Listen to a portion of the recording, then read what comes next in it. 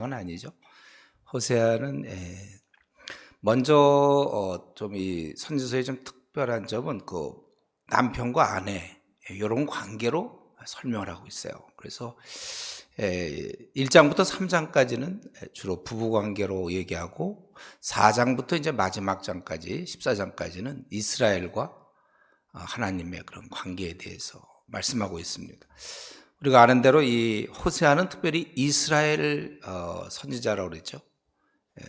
이 당시에 이미 남왕국에서는 이사야가 활동을 했고 북왕국에서는 이제 호세아가 활동하는데 이때 이제 좀 여로보암 2세 시대니까 제2의 전성기라고 볼 수 있는데 이럴 때 백성들은 이런 축복을 받으면서 하나님 앞에 범죄했다는 것입니다. 그래서 이제 그거에 대해서 이제 우리가 살펴보죠. 지난 시간에 우리가 1장부터 5장까지 살펴봤어요. 잠깐 복습을 한다면 하나님께서 이렇게 명하셨어요. 너 가서 음란한 아내 고멜을 만나라. 아내를 만나서 결혼해라.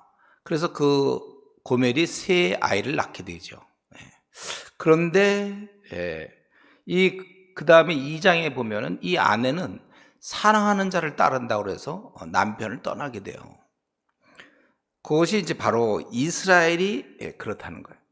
이 아내가 남편이 준 돈 모든 걸 가지고 사랑하는 자를 따르고 있다는 거예요. 이스라엘이 바알을 따르고 있다는 거예요. 그래서 하나님께서 돌아오라고 말씀하시고 있는데, 그래서 그 3장에서는 우리 하나님께서 호세아에게 아내를 데려오도록 그렇게 얘기하고 있어요. 아내를 받아들이는 모습을 가지고 하나님께서 지금 이스라엘을 받는 이제 그런 걸 설명하려는 것이죠. 그래서 이제 1, 2, 3장에서 이제 그렇게 되고 4장에서는 바로 이스라엘이 우리가 무슨 죄를 졌느냐 이제 그거죠. 따지게 되는 거예요. 4장에서 우리는 이스라엘이 자기들이 죄를 져놓고는 무슨 죄를 졌냐고 그렇게 얘기한다는 거예요. 근데 그거는 바로 우상 숭배 때문에 그런 것이다. 너희들이 우상을 섬기고. 그래서 그들의 죄악을 5장에서는 그들의 죄악을 드러내시면서 심판하시는 거예요. 그래서 그 결국은 어떻게 되는 겁니까? 전쟁. 이들은 그래서 억압당하게 된다. 황폐해지고 억압당한다. 이게 이제 5장까지. 우리 호세아를 전체를 살펴보면 계속해서 이들의 심판을 많이 말씀하고 있는데 오늘 본문도 마찬가지입니다. 그래서 이렇게 이들은 이제 하나님을 대항하고 심판을 당할 수밖에 없어요. 전쟁으로 인해서 이들은 망할 수밖에 없기 때문에 6장. 그래서 이제 돌아오라. 살 수 있는 방법이 이것밖에 없기 때문에 그렇습니다. 돌아오라. 오라 우리가 여호와께 돌아가자. 이제 선지자가 얘기하는 거 있죠. 여호와께서 우리를 찢으셨으나 도로 낫게 하실 것이요 우리를 치셨으나 싸매어 주실 것이라. 믿어요. 하나님께서 그래도 우리를 회복시킬 거라고 믿는 것이죠. 그러면 여호와께서 이틀 후에 우리를 살리시면 우리가 돌아갔을 때 이틀 후에 살리시고 3일 후에 우리를 일으키신다. 근데 여기서 얘기하는 것은 하나님 우리를 회복시키지만 하루 이틀이 아니라는 거예요. 그러니까 지금 무슨 말이냐면 바로 회복은 아니에요. 돌아가자마자 회복은 아니에요. 그러나 여기 오늘 본문에서 이틀 후, 3일 후 매우 짧은 시간을 얘기하는 것입니다. 그래서 회복된 우리는 이제 그의 앞에서 살리라. 그러므로 이래 우리가 돌아가야 되니까 우리를 사랑하시는 하나님이 좀 어떤 분인지 여기서 알자라는 것은 깊은 관계를 얘기하는 것이죠. 그분에 대한 관심과 깨달음과 우리가 여호와를 알자. 힘써 여호와를 알자. 제가 대학교 시절에 이 구절 참 좋아했는데 아주 힘써 알아야 된다 이거예요. 그럴 때 새벽빛같이 또 나타나시고 비와 같이 임하신다. 이것은 그러니까 안다는 것은 어떤 체험하는 그런 깨달음. 우리 막 선교사들이 막 그 현장에서 수없이 어려움을 겪으면서 막 하나님을 의지해서 전투하고 뭐 막 그런 영적 전쟁이 이렇게 막 그럴 때 그러면서 하나님을 깊이 깨닫는 하나님과 동행하는 자들의 특징이죠. 우리 모세 같은 경우도 마찬가지고 여호수아도 마찬가지로 하나님이 이 안다는 것은 뭐 우리가 뭐 신론, 조직신학 그런 게 아니라 내가 진짜 살면서 이런 걸 좀 알아야 된다는 거예요. 회복되면은 이 하나님과의 그런 관계가 핵심이 됩니다. 그러니까 우리가 알아야 될 것은 하나님께서는 우리와 좀 좋은 관계, 깊은 관계에 들어가기를 하나님 우리가 그렇게 되기를 원하신다는 거예요. 하늘 아버지는 이 땅에 살고 있는 아들, 딸들과 좋은 관계 맺기를 원하신다는 것이죠. 부모와 자녀가 그런 거 아니겠어요? 그 모양이 지금 우리는 이 땅에서는 부모, 자녀 모양으로. 그러니까 신앙생활이라는 건 돌고 돌아서 결국 마지막 이겁니다. 뭐냐면 자녀인 우리가 하나님을 잘 경외하고 순종하는 거, 잘 따르고 이제 그런 게 동행이죠. 그래서 저는 제가 이제 최근에 책을 하나 또 쓰면서 우리가 진짜 고난도 기술이 뭘까? 우리가 이 나그네 길에서 진짜 어려운 게 뭘까? 동행이라고 생각해요. 주님과의 동행. 마귀는 어떻게 하든지 우리를 자꾸 하나님과 관계를 좀 못하게 하거나 아니면 이제 차갑게 만들거나 넘어지면 이제 관계가 진짜 안 되는 거니까 시험에 지게 하거나 혹시 시험에 안 져도 우리 마음이 자꾸 마음이 멀어지도록 마귀는 노력하고 있다. 우리는 멀어지지 않도록 노력을 해야 돼요. 여러분들이 이제 신대원에 들어와서 혹은 이렇게 하면서 어떻게 갈수록 이렇게 좀 더 깊어집니까? 어떻습니까? 때때로 이제 목회자가 돼서 어떤 경우는 기도 시간도 부족하고 성경도 안 본다. 우리는 진짜로 물어봐야 돼요. 내가 하나님과의 관계를 소홀히 하면서도 해야 될 일이 있는가? 그게 레포트인가요? 그 어떤 걸까요? 생을 잘못 살고 있는 거예요. 지금 그러니까 난 레포트 때문에 하나님과 기도 생활 못하고 말씀 못 본다면 이제 목사가 돼서 한 교회 담임이 되면 또 수많은 바쁜 일들이 찾아올 텐데 그런 연습을 하는 거예요. 우리가 잠을 줄이든지 어떻게 하든지 아니면 레포트를 좀 대충 쓰든지 학점 A 맞고 B 맞으면 되잖아요. 뭐가 더 중요한 거예요? 하나님 말씀을 우리가 알아가고 기도하는 게 더 중요한 것이죠. 이걸 희생한 사람은요, 나중에 목사 돼서 또 희생을 하고, 예를 들면 교회 건축을 한다, 한다 하면 또 그 일이 더 앞설 수도 있어요. 저는 대학 시절부터 지금까지 눈을 뜨면 무조건 성경부터 읽어요. 습관을. 기도하고. 그러고 하루를 시작하지. 아무리 급한 일 있어도 먼저 카톡을 먼저 보낸다든가. 보내고 싶을 때가 있었던 때는. 절제. 그리고 하나님 말씀을 우리가 먼저 항상 나를 도우시는 분을 내가 가까이 하는 게 아주 그 머리가 잘 돌아가는 사람이죠. 우리 이런 면에 있어서 내가 항상 이렇게 지금 우리 하나님이 관계를 잘하길 원하는데 나는 지금 내 관계가 항상 최상의 관계가 되어 있어야 된다는 거예요. 그럴 때 그분께서 나타나시고 임하신다. 그러면서 이렇게 돼야 되는데 근데 실제 이스라엘은 어떤가? 그게 이제 6장 11절까지 마지막까지 이제 이스라엘의 모습의 실제 모습은 어떤가? 보니까 첫 번째는 인애가 없다는 거죠. 4절에 너희의 인애가 아침 구름이나 쉬 없어지는 이슬 같도다. 한마디로 얘기하면 이제 인애가 없다. 사랑이 없다는 거예요. 그렇기 때문에 내가 너희들을 심판하고 죽인다. 선자를 통해서. 그러므로 내가 선자들로 그들을 치고 그들이 사랑 없이 수많은 잘못을 하고 있기 때문에 선자를 통하여 심판한다는 거예요. 그 결과는 죽음이죠. 앞으로 이전에도 그랬고 앞으로도 죽이는 거예요. 그렇게 아주 잔인하고 못되고 이럴 때 그렇게 한다는 거죠. 하나님께서는 원래 가만히 계시는 분이 아니에요. 지금 우리가 이제 겁 없이들 우리 주변에 안 믿는 사람들은 말할 것도 없고 때로 집사라고 하는 사람도 겁 없이 술도 마시고 하나님을 좀 우습게 알고 있는데 하나님 가만히 계시지 않고 우리 하나님 어떤 분이냐면 6절에 인애를 원한다는 거죠. 인애. 우리가 서로 사랑하는 거 이걸 원해요.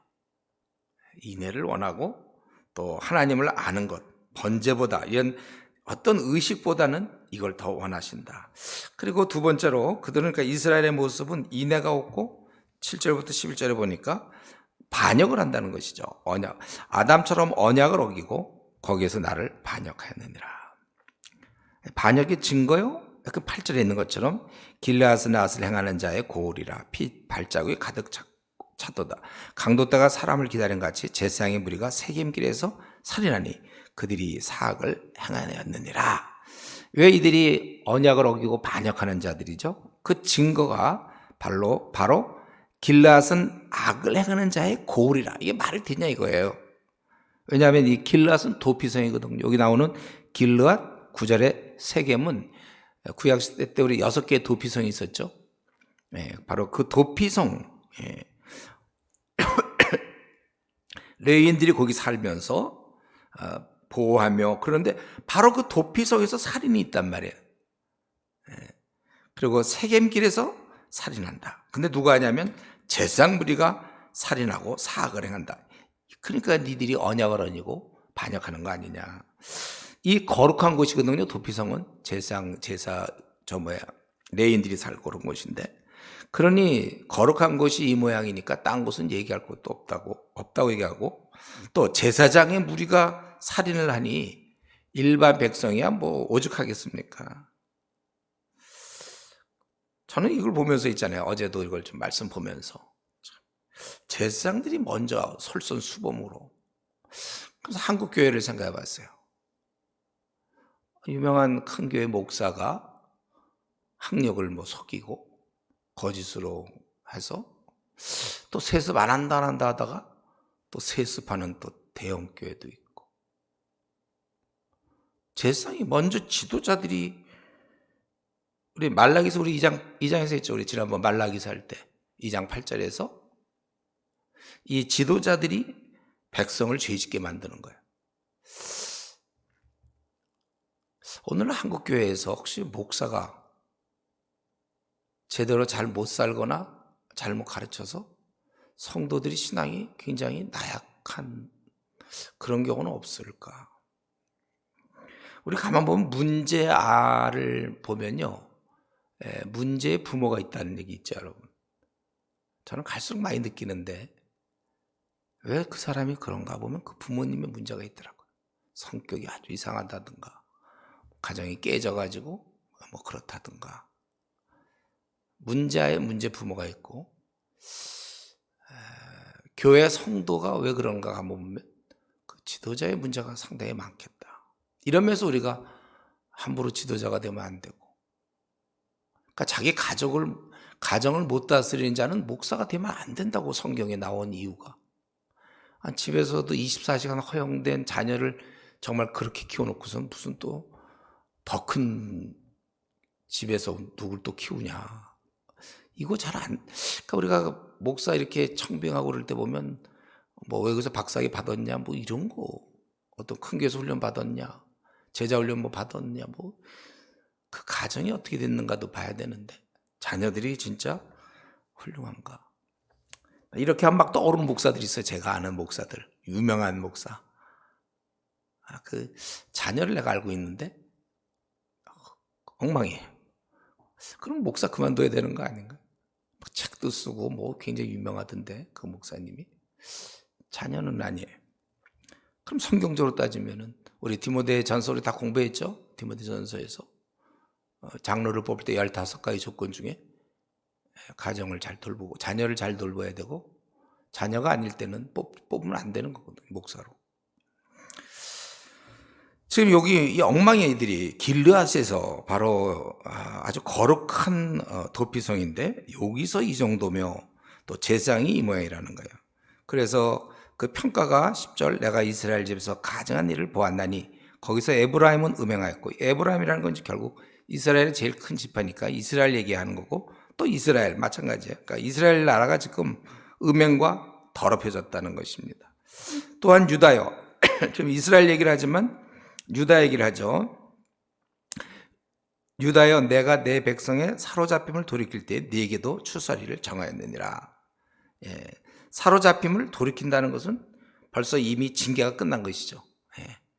그럴 때 이미 사실은 이스라엘이 징계를 받은 거고 유다 너도 형벌을 받는다. 왜냐하면 우리 역사에 보면 이스라엘 북왕국이 먼저 망하고 그 다음에 남왕국이 만나잖아요. 그래서 여기서 추수라는 것은 심판을 얘기하고 있어요. 그러니까 지금 6장을 보면 이스라엘이 이 정도예요. 사랑도 없고 반역하고 더럽고 지도자 제사장들이 오히려 앞장서서 강포를 행한다. 지금 이 상태입니다, 이스라엘이.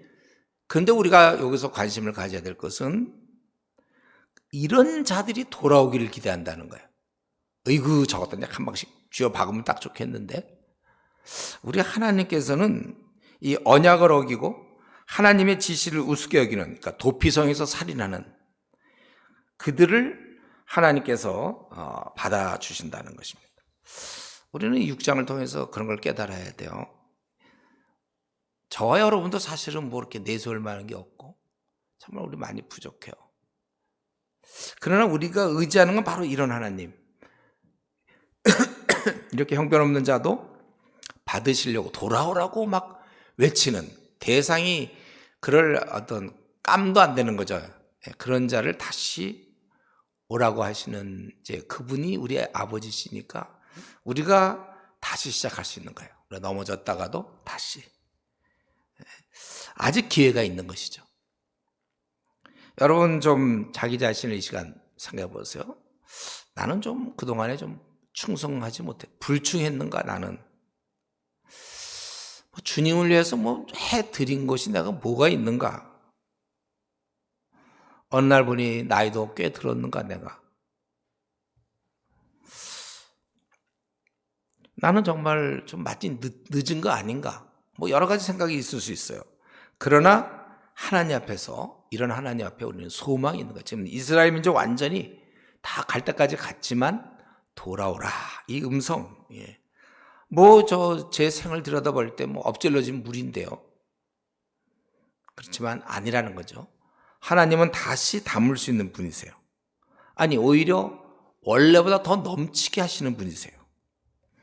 여러분, 이런 하나님을 우리가 기억해야 되고, 그런 하나님을 믿고 도로 낫게 하실 것이다 그랬잖아요, 6장 1절에.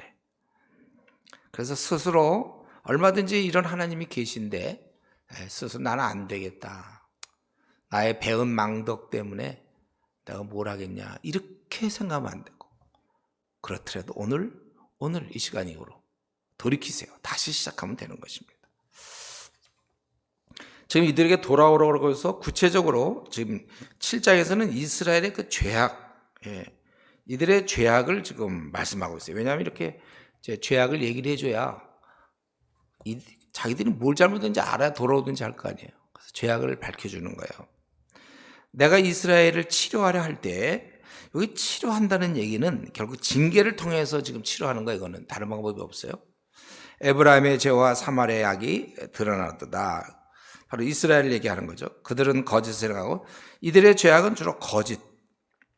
이거는 뭐 믿고 나서도 제일 제가 보기에 아주 고질적인 게 거짓. 우리 에베소서에서 했죠. 에베소서 4장에서 4장 25절, 그렇죠? 에베소 4장 25절이죠. 그리고 믿고 나서 제일 먼저 받게 될 부분이 이거, 거짓. 대부분 이제 교회에 다녀도 반 거짓말이 많아요. 둘러댐. 명확히 따지면 그건 아닌데, 지각한 이유는 늦게 일어난 건데 차가 막혀. 물론 차가 막혔어요. 그러나 차가 막히는 걸 몰랐냐고요, 여태까지. 그런 아주 기본적인 것부터 시작해서 마침 전화하려고 했었는데 뭐 이런 거 있잖아요. 뭘 자기가 그런 생각 안 해놓고 있다가도 그런 얘기하는 사람이 있으시죠. 우리 목회자가 하는 잘못 중에 뭐 기도하겠습니다. 진짜 기도하나요? 그런 한 번 입 밖에 낸 건 지켜야 되는. 예를 들면 하여튼 이 거짓은 우린 태어나면서 갓난 애기 100일 되기 전에 벌써 이미 거짓말하는 프로 구단의 DNA를 갖고 났기 때문에 우리는 계속해서 순간적으로 거짓을 우리가 없애야 되는데, 이때 이들은 아주 거짓되고 또 도둑질하고 노략질하고, 이들의 지금 죄악을 보여주는 거예요. 자기들은 괜찮은 줄 알고 있는데 너희들이 그렇다는 거예요. 내가 모든 악을 기억하였음을 그들이 마음에 생각하지 아니하거니와. 죄를 지으면서도요, 이들은 하나님을 생각하지 않고 있어요. 우리 성도들이 왜 미진할 수 있나요? 하나님에 대한 생각 안 하니까. 아니, 목사가 어떻게 그렇게 불성실할 수 있죠?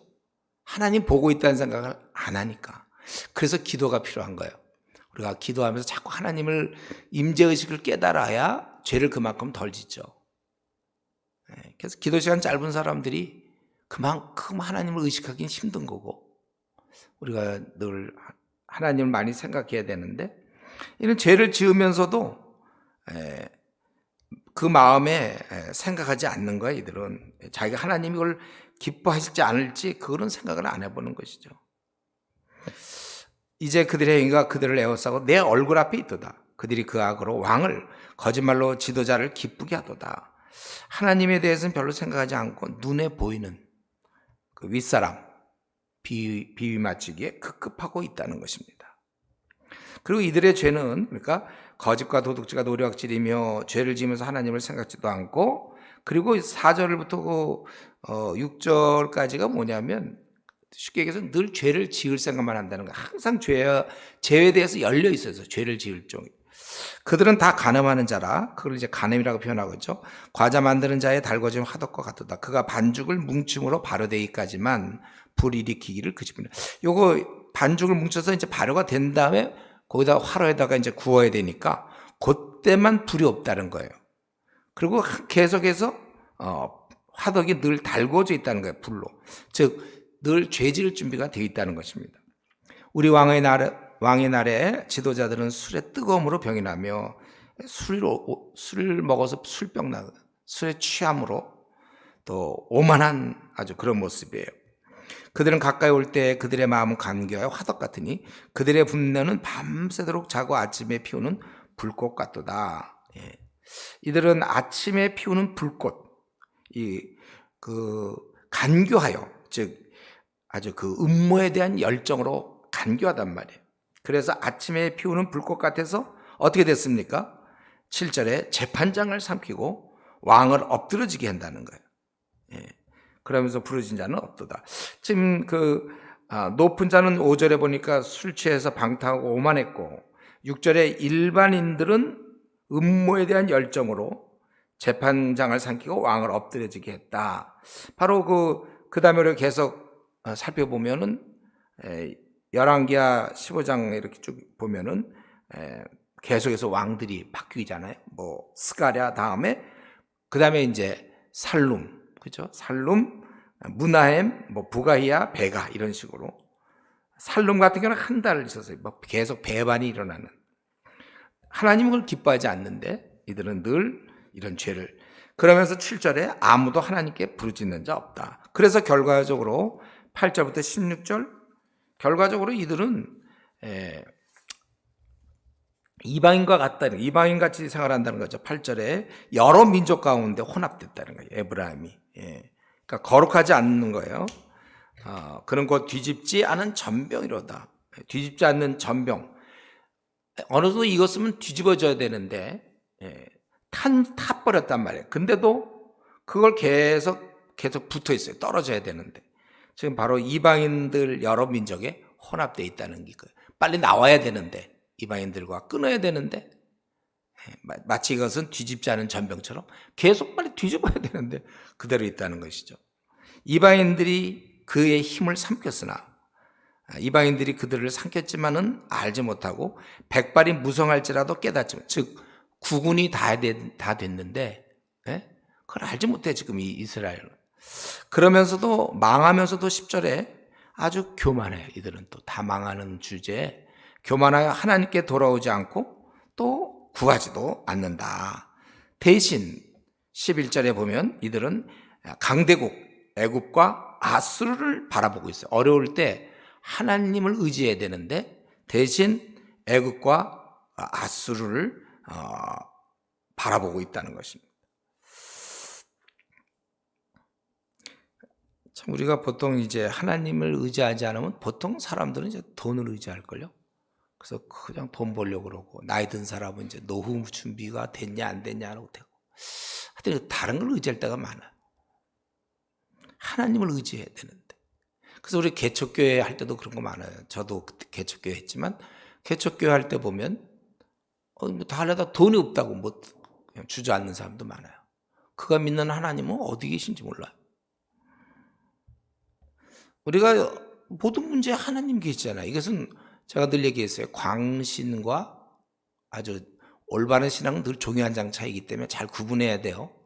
교인들 한 5명 모이는데 뭐 50억짜리 뭐 건물 짓겠다. 누가 보더라도 그건 광신이죠.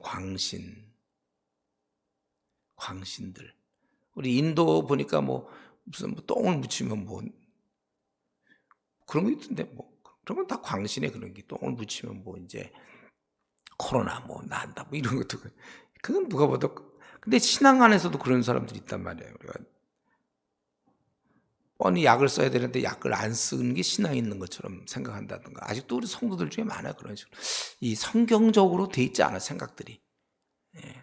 근데 이들은 지금 다 망했는데도 이들은 지금 대신 애국과 아수르도 강대국을 바라보는 거예요. 그들이 갈 때 내가 나의 그물을 그 위에 쳐서 공중에 새처럼 떨어뜨리고 전에 그 회중에 들려준 대로 그들을 징계하리라. 내가 징계하겠다 이들에 대해서. 화했을진저 그들이 나를 떠나 그릇 같으며 패망할진저 그들이 내게 범죄하였습니다. 내가 그들을 건져주려 하나.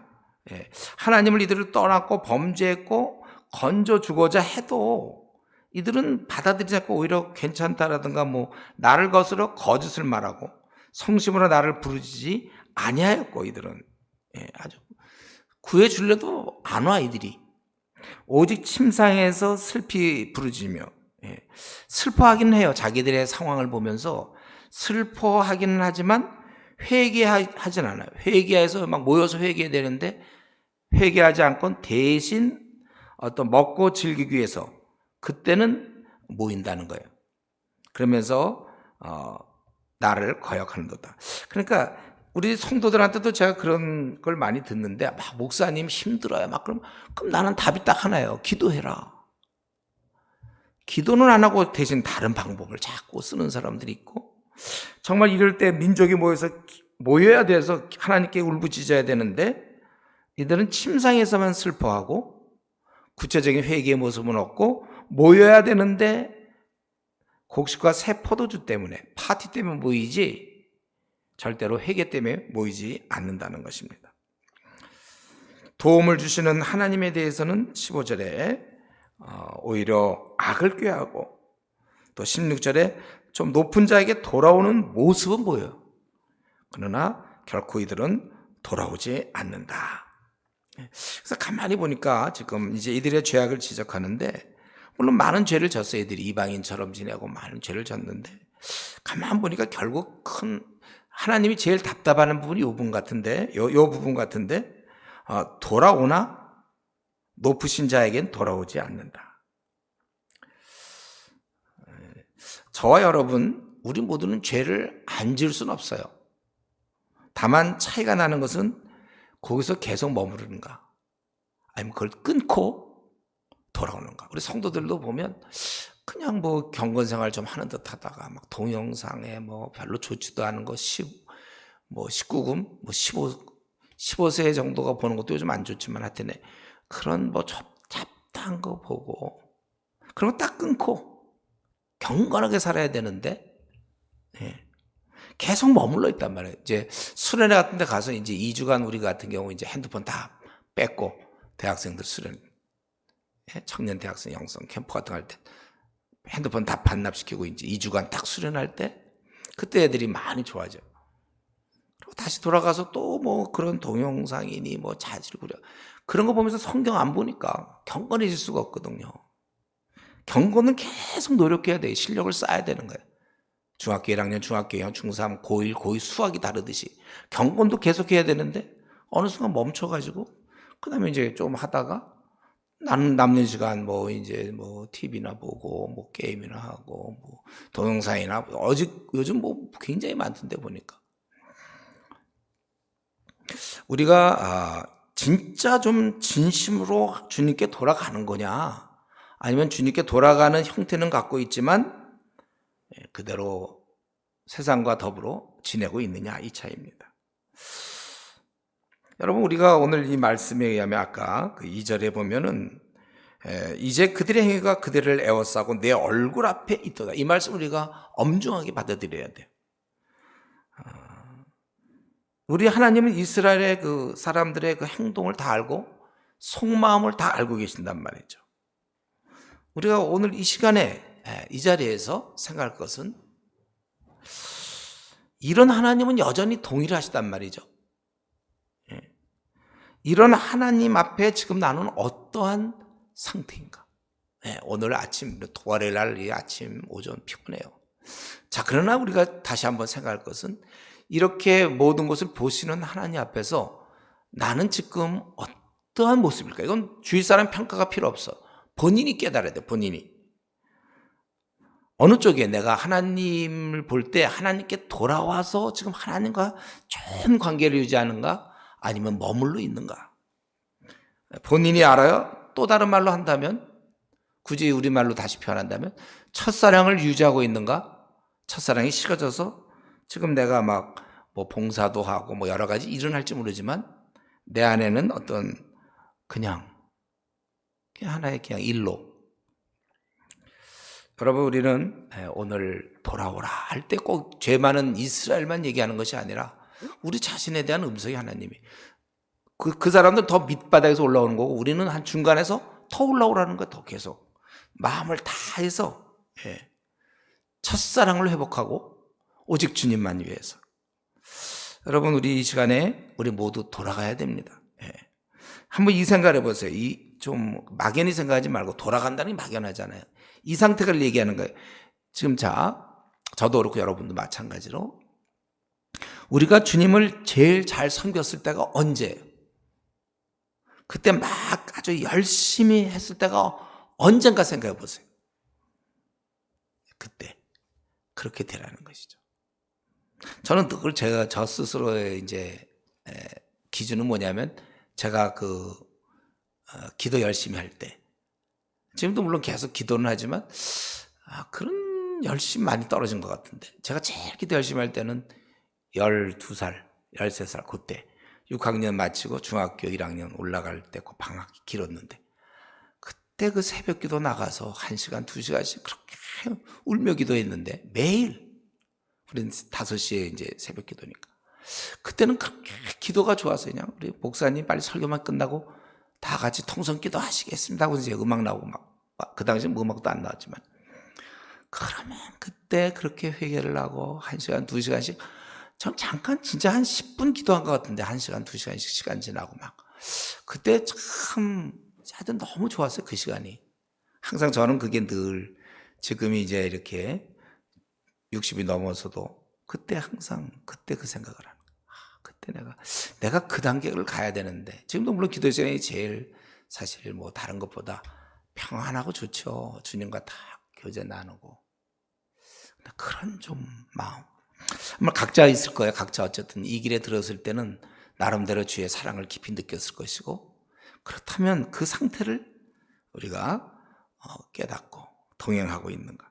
지금 제가 우리 한국교회 현황을 가만히 보니까 아예 뭐 불신자들은 뭐 어둠에 머물러 있으니까 얘기할 것도 없고 모태신앙들은 대부분 이제 대학 가서 헤매고 있어요. 많은 모태신앙들이 대학 가서 헤매고 있고 그리고 그나마 좀 착실하게 교회 생활한 사람들은 이제 직장에 들어가면 신앙이 정체되거나 겨우겨우 버티고 있어요. 그 술 문화 속에서 순전히 하루 종일 재테크 얘기하는 그 회사에서 자기 신앙에 그냥 어떻게 버티거나 아니면 조금씩 빠져 있거나 세상 사는 재미에 빠져 있거나 또 신앙 괜찮은 자매들이 이제 불신자랑 결혼해서 참 고통을 많이 받고 있죠. 신앙도 많이 떨어지는 거예요. 불신자란 게. 그래서 전도하다 보면 자기도 뭐 처녀 시절에 교회 다녔다. 안 믿는 남편 만나서 지금은 이제 교회 안 다닌다. 그런 사람도 있어요. 예.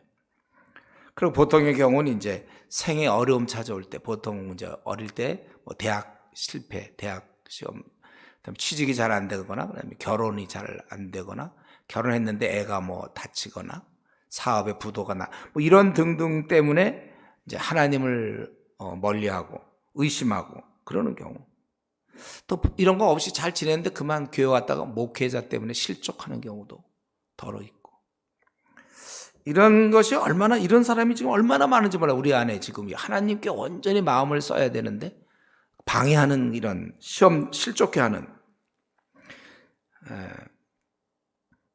그런데 이제 저와 여러분, 우리는 이제 이런 단계를 다 거쳤잖아요. 우리는 이제 그런 단계가 아니고 정말 이 수많은 사람이 중간에 하나님을 떠나는데 우리는 지금 붙어 있다고. 아니면 프로스로 따진다면 한 1% 안에 우리는 들어가 있는 거예요. 이제 자기 문제도 정리했고 주를 위해 살잖아요. 그래서 우리는 항상 기억할 것은 이제 앞으로 남은 목회, 앞으로 30년을 여러분 더 할지 20년을 더 할지 10년을 더 할지 5년을 할지 몰라요. 또 40년을 할 수도 있죠. 어쨌든 우리가 이때 제일 중요한 것은 우리가 목회자로 그 어떤 것보다 내가 첫사랑을 계속 유지하는 거. 이걸 위해서 우리가 수단 방법을 가리면 안 돼요. 가리지 말고 어떻게 나는 첫사랑을 항상 유지할 수 있겠는가. 또 동시에 지금 조금 전에 제가 얘기했잖아요. 모태신앙들 대학 가서 해보고 착실한 사람 직장 가가지고 또 재테크에 빠질 수 있고, 어떤 사람 또 무슨 주식하다가 돈 날리면 평생 주식해. 한 번 주식하는 사람 평생 하게 돼 있어요.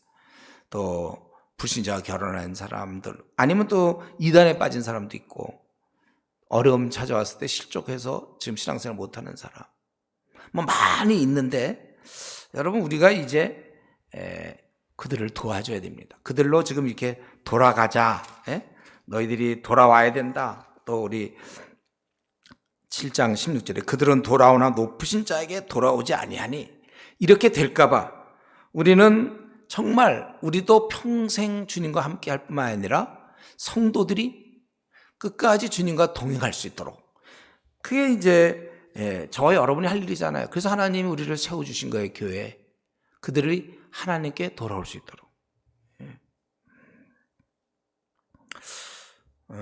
그래서 제가 생각할 때는 성도들이 신앙 안에 꼭 붙어 있을 수 있는 방법은, 제가 뭐 기회 될 때마다 얘기하죠. 제일 중요한 거는 개인 경건을 확보시켜야 된다. 그래서 우리 목회자가 반드시 자기가 부서에 맡은 뭐 교사든지 학생이든지 꼭 물어야 될 것은 경건 생활을 어떻게 하고 있는가,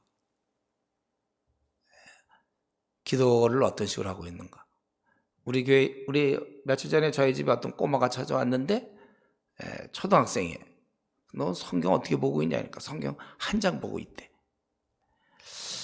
그 한 장 봐서 되겠어요? 기도는 별로 안 해요. 믿는 집인데. 아니 부모가 애들 데리고 기도 안 시키나? 저는 이제 우리 애들 키울 때 이제 밤 되면 불 다 꺼놓고, 야 기도 시간이다. 기도하잖아. 같이들 기도하고. 제가 보기에 초등학생 정도면 이미 영적 세계에 들어갈 수 있어요.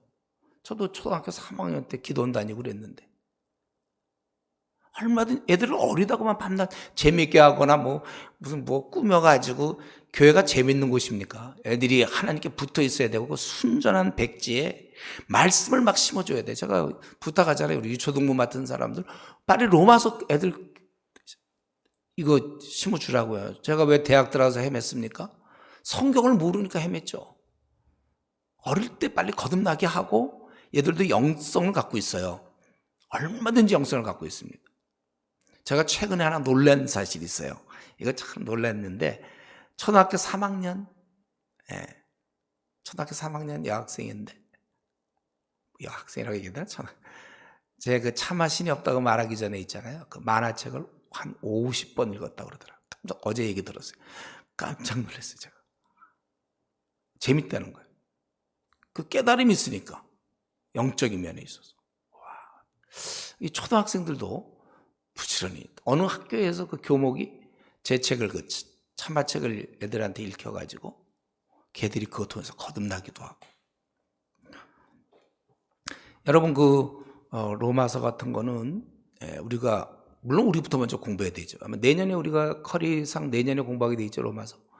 우리 벌써 3년 돌아오니까 로마서라든가 이런 건 우리가 빨리, 초신자가 빨리 공부해야 될 게 로마서잖아요.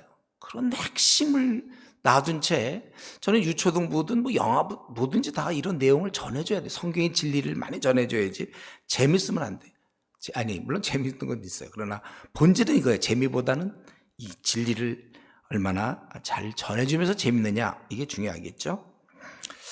그래서 제가 볼 때는 성도들을 우리는 지금 우리가 당연히 하나님과 가까이 와 있고, 성도를 가까이 하기 위해서는 제일 중요한 건 그들의 경건, 반드시 기도 생활 얼마나 몇 시간 하고 있는가를 물어봐야 되고, 그들이 성경을 66권 중에 얼마나 연구하고 있는가를 확인해야 돼. 말씀 기도 생활이 어떠한가. 그래서 그들을 위해서 우리가 뭐 금요 기도회도 하고 수요 예배도 드리고 수련회도 하고, 수련회는 날짜가 길면 길수록 좋은 거예요. 무조건 이건 다다익선. 수련회 날짜 너무 짧게 뭐 2박 3일 3박 4일짜리 해가지고는 애들이 저기 목욕탕 들어가서 뜨끈하게 이제 몸 때 좀 불리고 나오고 다시 옷 입고 집에 가는 거예요. 그냥 깊이 이제 준비됐으면 막 넣어줘야 되니까. 여러분들이 만약에 개척을 하거들랑 수련회 이제 대학생들 한 2주씩 3주씩 그렇게 하셔야 돼요. 애들을 바꿔야 돼 지금. 아니면 교회로 계속 불러내서 신천지처럼 말이죠.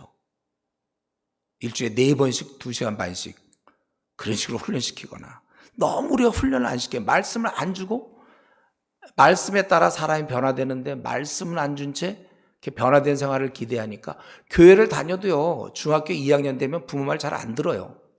왜 그렇습니까? 걔가 유치원부 때 진리를 확실히 깨닫지 못했기 때문에. 사춘기가 어디 있어요 우리가. 말씀이 들어가는데. 그런 거 안 하니까 똑같아. 교회 다니는 사람도. 요즘 그래서 중고등부가 워낙 빠져서 요즘 제가 벌써 10년 전부터 그런 얘기 들었어요. 중고등부 절반 줄었다. 이 시대를 애들이 말씀을 이겨내야 되는데 말씀을 안 들으니까 다 지는 거예요. 시대의 풍조에 따르게 돼 있어요. 너희는 그들 것처럼 배우지 아니하였나니, 우리 에베소 4장 20절. 우리는 교훈을 받은 사람이에요. 오직 이 세상과 싸울 수 있는 것은 진리밖에 없습니다. 근데 이거 진리를 넣어주는 게 우리 목회자 역할인데, 목회자 자신이 또 진리를 넣어야 되는데, 신대원 3년 동안 얼마큼 넣었느냐, 이게 큰 싸움이라니까요. 여러분 스스로 싸워야 돼요. 학교의 그 컬에 따라 움직이면 안 되고, 그건 그대로 가지만 나는 어떻게 하든지 3년 안에 이 하나님 말씀을 넣어야 내가 가르쳐 줄 거 아니에요. 어쨌든 이들을 위해서는 우리가 그 개인 경건을 잘 할 수 있도록 도와줘야 되고, 두 번째는 공동체, 교회 공동체에서 서로 사랑과 선행을 격려하고 잘못했을 때 얘기해주고, 또 형제들아 너희를 권면하느니 게으른 자들을 권계하며 마음이 약한 자를 격려하고 힘없는 자를 붙들어주며 모든 사람에게 오래 참으라. 우리가 서로 그렇게 해서 이 사람을 세워줘야 돼요. 그리고 한 가지 더 얘기한다면, 저는 이 부분이 지금 한국교회 아주 치명적인데, 성도들에게 영적 일거리를 줘야 돼요. 다행히 저와 여러분은 영적 일거리가 생겼어요. 성도들을 돕는. 그러면 성도들은 어떻게 영적 일거리가 생기냐고요. 그러니까 교회 봉사 정도로 생각하니까 그건 안 되죠. 영적 일거리라는 것은 영혼을 쌓아봐야 되고 영혼을 구원하고, 그러니까 전도가 없는 성도가 많아요. 1년 내내 한 명, 2명의 영혼도 구원하지 못하는 성도가 교회마다 많다는 거예요. 우리가 그 일을 해야 돼요. 얘들을 전도시켜서 사람 낚는 어부를 만들어줘야지. 교회만 잘 나오기 위해서 우리 교회 성도들 뭐 코로나 중에도 잘 떨어져 나가지 않는다. 전투 없는 군인들 양성해서 뭐하죠? 주님이 명하신 제자 삼으라.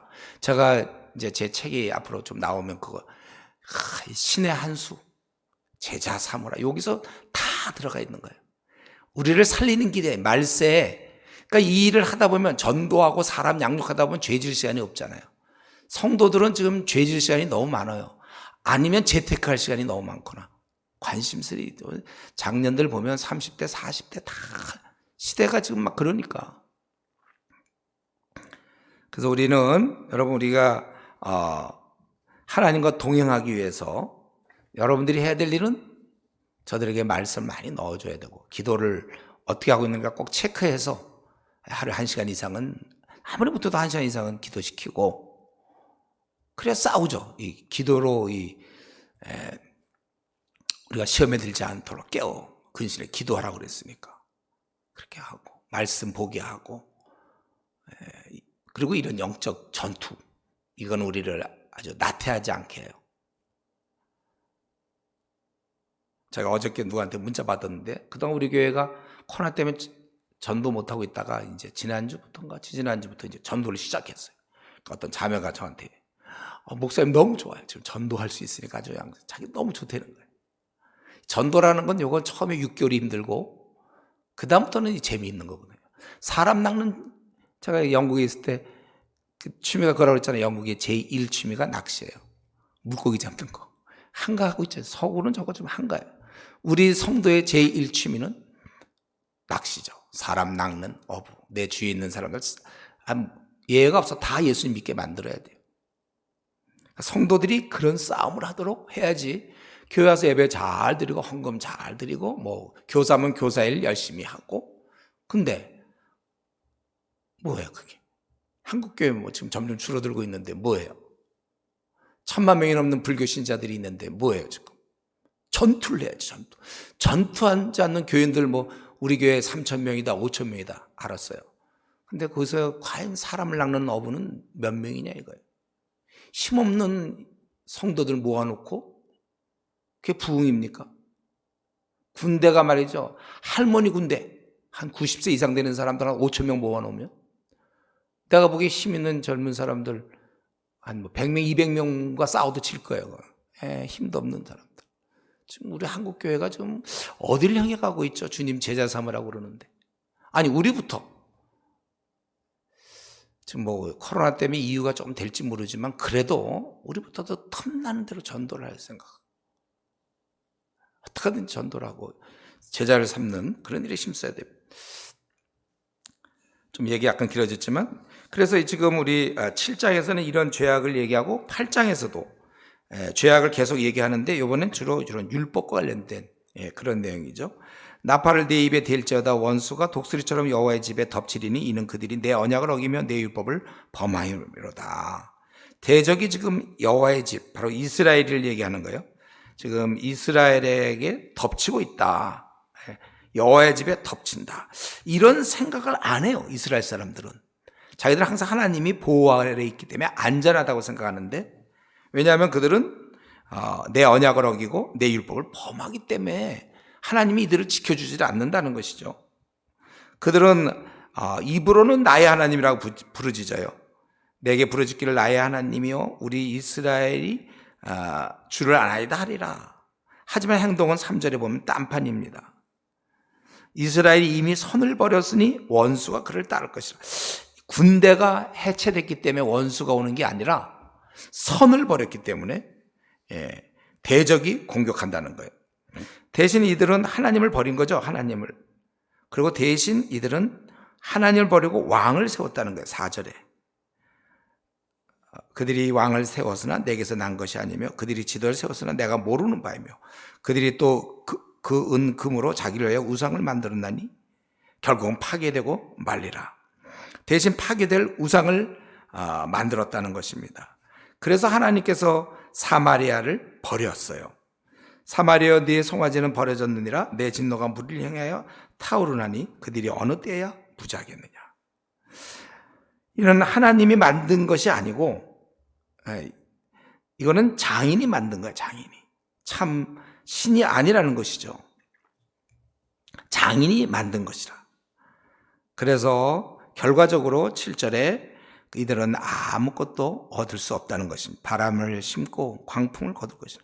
이들이 우상 숭배하면서 했을 때 이들은 아무것도 열매가 없고 대신 이들은 형벌을 받죠. 이스라엘이 이미 삼켜져서 이제 여러 나라 가운데 있는 것이 즐겨 쓰지 않는 그릇 같도다. 아무 열매가 없고, 그러니까 아무 의미가 없는 민족이 돼버렸어요. 여러 나라 가운데 있는 것 같이 즐겨 쓰지 아니하는 그릇. 이전엔 특별한 민족이었지만 지금은 아무 의미가 없는 민족이며, 이들은 이제 홀로 떨어진 들나귀처럼 아스르로 갔고 에브라임이 값주고 사랑하는 자를 얻었다. 그래서 아스르에게 간 이유는 증세를 바치려고. 아스르에게 증세를 바치는 얘기죠. 열왕기하 15장에 있는 것처럼. 그들이 여러 나라에게 값을 주었을지라도 이제 내가 그들을 모으리니 그들은 지도자의 임금이 지어진 줌으로 말미암아 쇠하기 시작하리라. 이들이 증세를 바치지만 아수리들은 전쟁하고자 다시 모아 힘으로 이들이 계속 돈을 바치는 거예요. 그러나 그 나라의 왕의 압제로 인하여 쇠한다는 것입니다. 이러는 가운데서 이들이 하나님을 떠나서 막 지도자를 세워보고 어떻게 힘 있는 자를 의지하지만 결과적으로 그들은 쇠하면서 대신 이들은 하나님 대신 우상을 열심히 섬기죠. 제단을 만들었다는 거예요. 원래 제단은 한 곳밖에 없는데 이들은 이런 제단을 만들고 그 제단을 통해서 죄를 짓게 되는 거예요. 대신 이런 열심히 우상 숭배를 하지만 하나님에 대해서는 어떻게 할까요? 아주 율법을 만 가지로 내가 기록하였으나 그들은 이상한 것으로 여기고 무시했다는 것이죠. 관계없는 것으로 여긴다는 거예요. 그러니까 이들은 하나님 말씀을 순종하고 살아야 될 자들인데 하나님의 말씀을 아주 근본적인 게 깨진 것입니다. 그러면서도 하나님의 말씀은 이렇게 이상한 것을 여기면서도 그 의식, 제사는 계속하고 있어요. 13절. 그들이 내게 고기를 제물로 드리고 뭔가 지금 의식은 지킨단 말이에요. 사람들이 가만 보면요, 정신은 놓치고 이렇게 어떤 행동할 때가 참 많은데 하나님을 섬겨야지 이 제사가 의미가 있는 것이지. 그는 하나님은 다 이미 우습게 여기면서 율법은 다 의식만 지키고 있다는 것입니다. 그렇기 때문에 다시 너희들은 애굽으로 간다. 이들이 이제 멸망당하는 모습이죠. 자기 지으신 일을 잊고 14절 이스라엘은 자기를 지으신 일을 잊어버리고 왕궁들을 세웠으며 유다는 견고한 성읍을 많이 쌓았으나 하나님 대신 세상 힘을 의지하고 그럴 때 내가 불을 보내어 그 성들을 삼키게 하리라. 그러니까 이스라엘 민족이 좀 죄악을 고발하는 중에 아까 7장에서는 좀 실제적인 이런 걸 얘기하고 8장에서는 하나님과의 관계에서 이들이 깊은 우상 숭배 그리고 하나님 대신 세상을 의지하는 모습. 이미 마음은 다 떠났어. 이들은 형식만 아주 그 이상히 여긴다고 그랬잖아요. 12절에 율법을 만 가지로 특별히 축복으로 많은 걸 자세하게 도와줬지만 이상한 것으로 여기도다. 마음은 없다는 거예요. 다 14절 자기를 지으신 일을 잊어버렸다고 그렇게 되어 있어요. 그러니까 지금 보니까 8장을 통해서 보면 하나님을 대항해서 우상 숭배하는 거 그거나 하나님에 대해서 마음 없이 예배드리는 거 이거 다 둘 다 하나님께 미움을 받는 것입니다. 저는 이제 오늘날 우리를 생각해 볼 때 지금 이렇게 좀 얼핏 보는 두 가지잖아요. 우상 숭배하는 것과 하나님 마음 없이 이들이 우상 숭배로 끝나는 게 아니라 마음 없이 하나님께 제사는 드린단 말이에요. 근데 이 두 가지를 하나님은 다 못마땅하게 생각하시고 원치 않아요. 그러니까 오늘날 우리 한국 교회를 살펴보면 오늘날 보면 이 우상 숭배는 보통 불교 신자들이 하잖아요. 그러면 성도들은 뭘 하는가? 마음 없는 예배. 뻔히 하나님 기뻐하지 않을 걸 행하면서 안 끊는 거. 끊지 않아요. 그렇게 하지 말라고 그래도 전도하라도 전도 안 해. 하나님이 이걸 기뻐하고 뭘 기뻐하지 않는 걸 알면서도 하지 않는다는 것이죠. 그러니까 결국 이것을 이제 나눠본다면 오늘 이 이스라엘이 했던 잘못들 아예 우상 숭배하는 것 그건 진짜 뭐 말할 것도 없죠. 당연하지만 또 하나는 마음 없이 드리는 예배. 그래서 우리 이사야는 너희가 내 앞에 보이러 오니 이것을 누가 너에게 요구하였느냐 내 마당만 밟을 뿐이라. 성의와 아울러 악을 행하는 것을 내가 견디지 못하겠다. 우리 이사야 선지자 그렇게 얘기했잖아요. 이제 말씀을 마쳐야 되겠는데요. 우리는 이 시간에 다시 한번 우리가 지금 무슨 우상을 숭배하거나 이런 게 아닐지라도 마음을 들이지 않는 것은 다 마찬가지로 우리가 마음을 놔둔 채 즉 우리가 헌신 안 된 채 뭐 우리가 교회 봉사라든가 교회 활동이라든가 뭐 설교라든가 여러 가지 그건 미워하시는 바가 돼요. 그러니까 마음 없는 거는 결국 우상숭배나 마찬가지다. 예. 여러분 제가 이렇게 좀 생각하다 보니까 참 한국 교회가 많이 걱정이 돼요. 예. 여러분 우리 지금 한국 교회는 형식적인 신자가 많아요. 공공연히 여러분 교회에서 듣지 않아요? 나는 좀 신앙이 미지근해요. 이건 원래 주님이 토하여 내치겠다고 했던 바로 그 내용인데 어떤 사람이 자기가 몸이 좀 이상해서 병원 갔는데 암에 걸렸다면 그냥 청천벽력처럼 막 느껴가지고 저기 암에 걸렸다고 막 이렇게 얘기하지? 뭐 나 암에 걸린 것 같아. 뭐 그렇게 얘기할 사람이 어디 있어요? 이 미지근하다는 게 바로 암이거든, 영적으로. 근데 나 요즘 신앙이 좀 요즘 미지근해요, 목사님. 웃으면서. 정말 우리는 이런 면에서 한국 교회를 위해서 기도해야 돼요. 너무나 형식적인 신자들이 많다는 것입니다. 물론 우리 자신일 수도 있어요, 지금. 어쩌면 나 형식적으로, 피상적으로 지금 주님을 섬긴다면 그것부터 우선 회개해야 될 것이고 나는 정말 뜨겁게 마음을 다하여 주님을 섬기는데 한국교회 성도들이 너무 미지근하다? 여러분, 이게 헌신하지 않는 거는요, 중립이 아니에요. 중립으로 이 죄를 짓는 거 이쪽, 헌신하는 거 이쪽. 나는 헌신하지 않지만 죄도 안 짓는다. 가운데. 그게 아니라 헌신하지 않는 게 죄라니까요. 왜냐하면 분명히 뜨겁든지 차든지 해야 될 것이고 아니면 토하여 내치리라. 주님의 음성을 좀 진지하게 들어봐야 되는 것입니다. 중립이 아니에요. 헌신 안 했다는 것은. 그렇기 때문에 우리는 이제 먼저 우리 자신을 돌아봐서 당연히 우리는 지금 마음과 뜻과 정성을 다하여 주님을 섬기고 이거 주님께 기쁨이 안 되는 거 있으면 바로 끊어버려야지. 뭘 즐기면서 우리가 목숨도 내놓는다고 그러고 뭘 그런 거 하나 못 끊습니까? 우리가 탁 끊을 거 다다닥 바바바박 더러운 것들 하나님 앞에서 이런 거 있으면 안 되는 뒤로 뒷문이 열려져 있는 거 있다면 다 버리세요. 여러분들 분명히 끊을 거 끊고 내 육신이 연약하면 내가 하고 저희 시대는 이제 TV 같은 게 혹시 방해가 되면 딴 사람들은 괜찮았지만 저는 목회하는데 TV가 방해돼야 돼요. 힘든데 텔레비전 보게 되면 물론 뉴스 보고 막 그런다 하더라도 너무 시간을 많이 뺏기니까 내가 텔레비전 치웠잖아요. 우리 집은 텔레비전 없이 지금까지 살아오고 있는데 또 저 같은 경우는 그렇지만 또 사람마다 달라. 어떤 사람이 이거 너무 스마트폰이면 버려요. 뭐 알트폰으로 바꾸든지. 너무 불필요한 지식이 너무 많이 있는데 그거 시간 성경 그래서 못 읽잖아요. 여러분 지금 몇 도 가셨는지 모르지만 성경 우리 이제 이 길로 나시린처럼 들여진 사람이에요. 이제 우리는 나를 주님 쓰십시오. 순교 우리는 이미. 근데 뭐 자꾸 다른데 뒷문이 열려가지고 오늘 말씀 들으면 뭐해요? 이렇게 돌아오지만 돌아오지 않는, 돌아오는 것 같지만 돌아오지도 않는. 끊을 거야 바로 끊어버려야지 목숨도 우리 내놓을 수 있는데. 우리는 분명해야 되고 지금 문제는 성도들이 문제란 말이에요. 미지근한 성도가 너무 많은데 어떡하겠습니까? 여러분 우리가 분명히 할 것은 뭐냐면 우리가 불신자를 딱 보는 순간 제일 먼저 뭐가 떠올라요? 구원받아야 되는데 이거잖아요. 아무리 그가 국회의원이든 뭐 대학 교수든 총장이든 누굴 만나도 이 사람이 우리 제일 관심사 뭐예요? 거듭난 사람인가 아닌가? 아니라면 어떡하지 복음을 전해야 되죠. 불쌍하죠 그 사람. 이재용 돈만 많지 뭐 요즘 감옥 가서 더 그렇지만 아니더라도 불쌍한 사람이에요. 그거. 이 땅 80년짜리에서 돈이나 쓰다가 8천억만 년 동안 지옥 갈 사람들.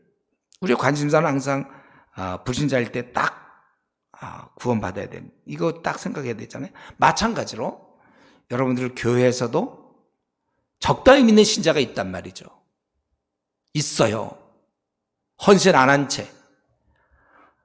헌신 안 한 채. 이건 로마서를 연구가 안 돼 있는 사람들이라 그랬죠. 로마서 우리 5장 6장에서 확실하게 얘기하잖아요. 헌신 안 된 자가 자기도 교인이라는 거예요. 성도라는. 거듭나지도 않은 주제에 우리는 그 사람들에게 확실하게 생을 주님께 드릴 수 있도록 우리가 불신자가 생을 얻어야 되는 것처럼 똑같아요. 이렇게 미지근한 신자들이 열심을 섬기는 주의 자녀가 될 때까지 우리가 권면해야 될 것이고 그 우리 부서 사람이라면 기도해 줘야 돼요. 몇 명이 될지 모르겠는데 만약 내가 지금 뭐 중고등을 맡고 유초등을 맡고 있는데 교사가 뭐 20명이다. 20명 중에 혹시 적당히 믿는 사람이 있는가를 여러분이 해야 될 일이 이런 일이에요. 학생 물론 학생 당연하지만 교사들 중에도 적당히 믿는 사람. 우리는 그가 불타오르게 헌신 주님이 토하여 내칠 대상이 되지 않도록 기도해야 될 책임은 1차적으로는 담임 목사가 아니라 내가 맡은 그 부서의 책임자인 나에게 있는 거예요. 내가 기도해야 돼요. 여러분, 우리가 지금까지 나는 성도를 어떤 눈으로 보았는가? 헌신하지 않은 성도들에 대해서도 안타까운 마음과 슬픈 마음이 없었다면 우리가 회개해야 돼요. 그 사람을 어떻게 하면 헌신시킬까를 기도하시고 노력하시고 훈련시키고 또 그러기 위해서 나부터도 힘있게 나가려면 내가 뒷문 열어놓고 내 생활을 공개했을 때 부끄러움이 하나도 없어야지. 내 생활 중에 아니 전도사님 목사님이 그렇게 하고 있어요.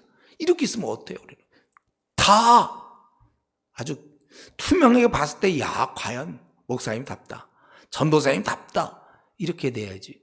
우리가 은밀한 부분이 어디 있습니까? 우리가 하나님 다 보고 계시는데 분명하셔야 돼요. 여러분들이 먼저 본인이 확실하게 끌 거 끊고 자신을 확실히 드려야 거기서 힘이 나오는 것이지. 자기 말과 설교와 삶이 달라서 어떻게 됩니까? 이런 면에서 우리 다시 한번 우리 이 시간에 어쨌든 간에 나부터 확실하게 이제 끊을 거 있으면 어쨌든 내가 성경 보고 기도할 수 있는 그 시간을 빼앗는 것들 이런 것들이 뭔지 확실하게 절제를 해라고 했잖아요. 성령의 열매는 절제가 있잖아요. 절제. 내 생활에서 확실하게 내가 분명히 선을 긋을 것이고 그리고 내가 만나는 사람들을 확실히 주님께 돌아갈 수 있도록 끝까지 생을 마치는 그날까지 주님 편에 서서 살 수 있도록 내가 영향을 주고 권면하고 기도하는 것. 그것이 우리가 해야 될 일인데 이런 면에서 더욱 힘쓸 수 있도록 우리 같이 통성으로 기도하겠습니다. 하나님 아버지, 오늘 이 말씀을 보았습니다.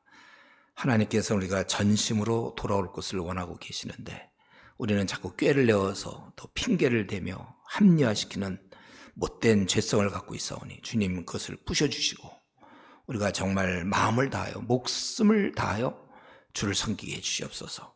주님께서 목숨을 우리에게 주셨는데 우리도 기꺼이 우리의 삶을 포기할 거 포기하고 결단해서 하나님 보시기에 부끄럽지 않고 성도들이 우리의 삶을 알아도 부끄럽지 않는 그런 삶을 살게 하여 주시고 또 우리가 힘써서 호세아가 이 민족이 돌아오기를 기도하고 권면했던 것처럼 책망하고 권명했던 것처럼 아버지 우리도 우리가 교회에서 맡은 부서의 사람들 한 명이라도 적당히 믿는 사람 미지근한 신앙 가진 사람 없게 하시고 부단히 기도하며 부단히 권면하고 또 때로 책망도 하고 위로도 하고 하면서 우리가 섬기는 동안 그 대상들은 다 뜨거운 마음으로 주님을 섬기는 자 되게 해 주시옵소서.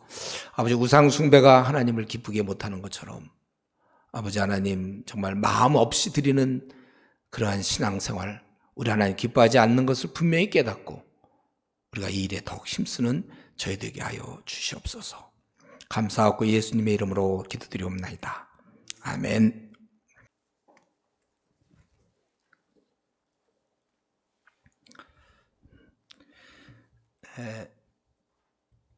7장, 8장에서 이스라엘의 그 죄악에 대해서 많이 말씀하셨고 이제 9장에서는 그래서 하나님이 징계하시겠다, 심판하시겠다는 것이죠. 그 징계 이유가 1절에 보면 음행하여 하나님을 떠나고 음행의 값, 화대죠. 그걸 좋아한다는 거예요. 원래 타작 마당에서 하나님께 감사해야 되는 거잖아요. 근데 이스라엘은 바르게 했다는 것입니다. 그래서 타작 마당에서 음행의 값을 좋아했다.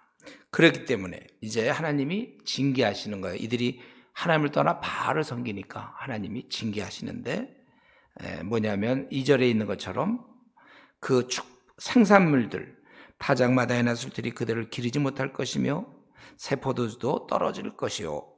그 생산물을 거두시겠다는 거, 하나님이 거두어 가겠다. 그리고 그들은 여호와의 땅에 거주하지 못하며, 원래 이들은 약속의 땅에 거주할 수 있는 조건이 뭐였냐면 거룩하게 사는 거거든요. 이들이 거룩하지 않으니까 이제는 거주하지 못하고, 에브라임은 애굽으로 다시 가고 아수르에서 더러운 것을 먹을 것이다. 이집트와 아수르로 간다. 이 말은 포로 생활이죠. 그러니까 지금 징계의 모습을 얘기하는 중에 그들의 그 생산물을 거두어 가시고, 또 이들은 포로 생활을 하게 될 것이며, 그리고 4절 5절에 보면 아주 중요한 건데, 예배도 드리지 못하게 하겠다 이거예요. 그동안은 마음에 없는 예배는 드렸지만 이제 하나님께서 진노하심으로, 징계하심으로 예배도 드리지 못하게 하겠다. 4절에 그들은 여호와께 포도주를 부어 드리지 못하며 여호와께서 기뻐하시는 바도 되지 못할 것이라. 그들의 재물은 애곡하는 자의 떡과 같아서 그것을 먹는 자는 더러워지나니. 이 애곡하는 자의 떡은 원래 이 초상집의 조객들, 그 음식물은 부정한 거거든요. 죽음 자체가.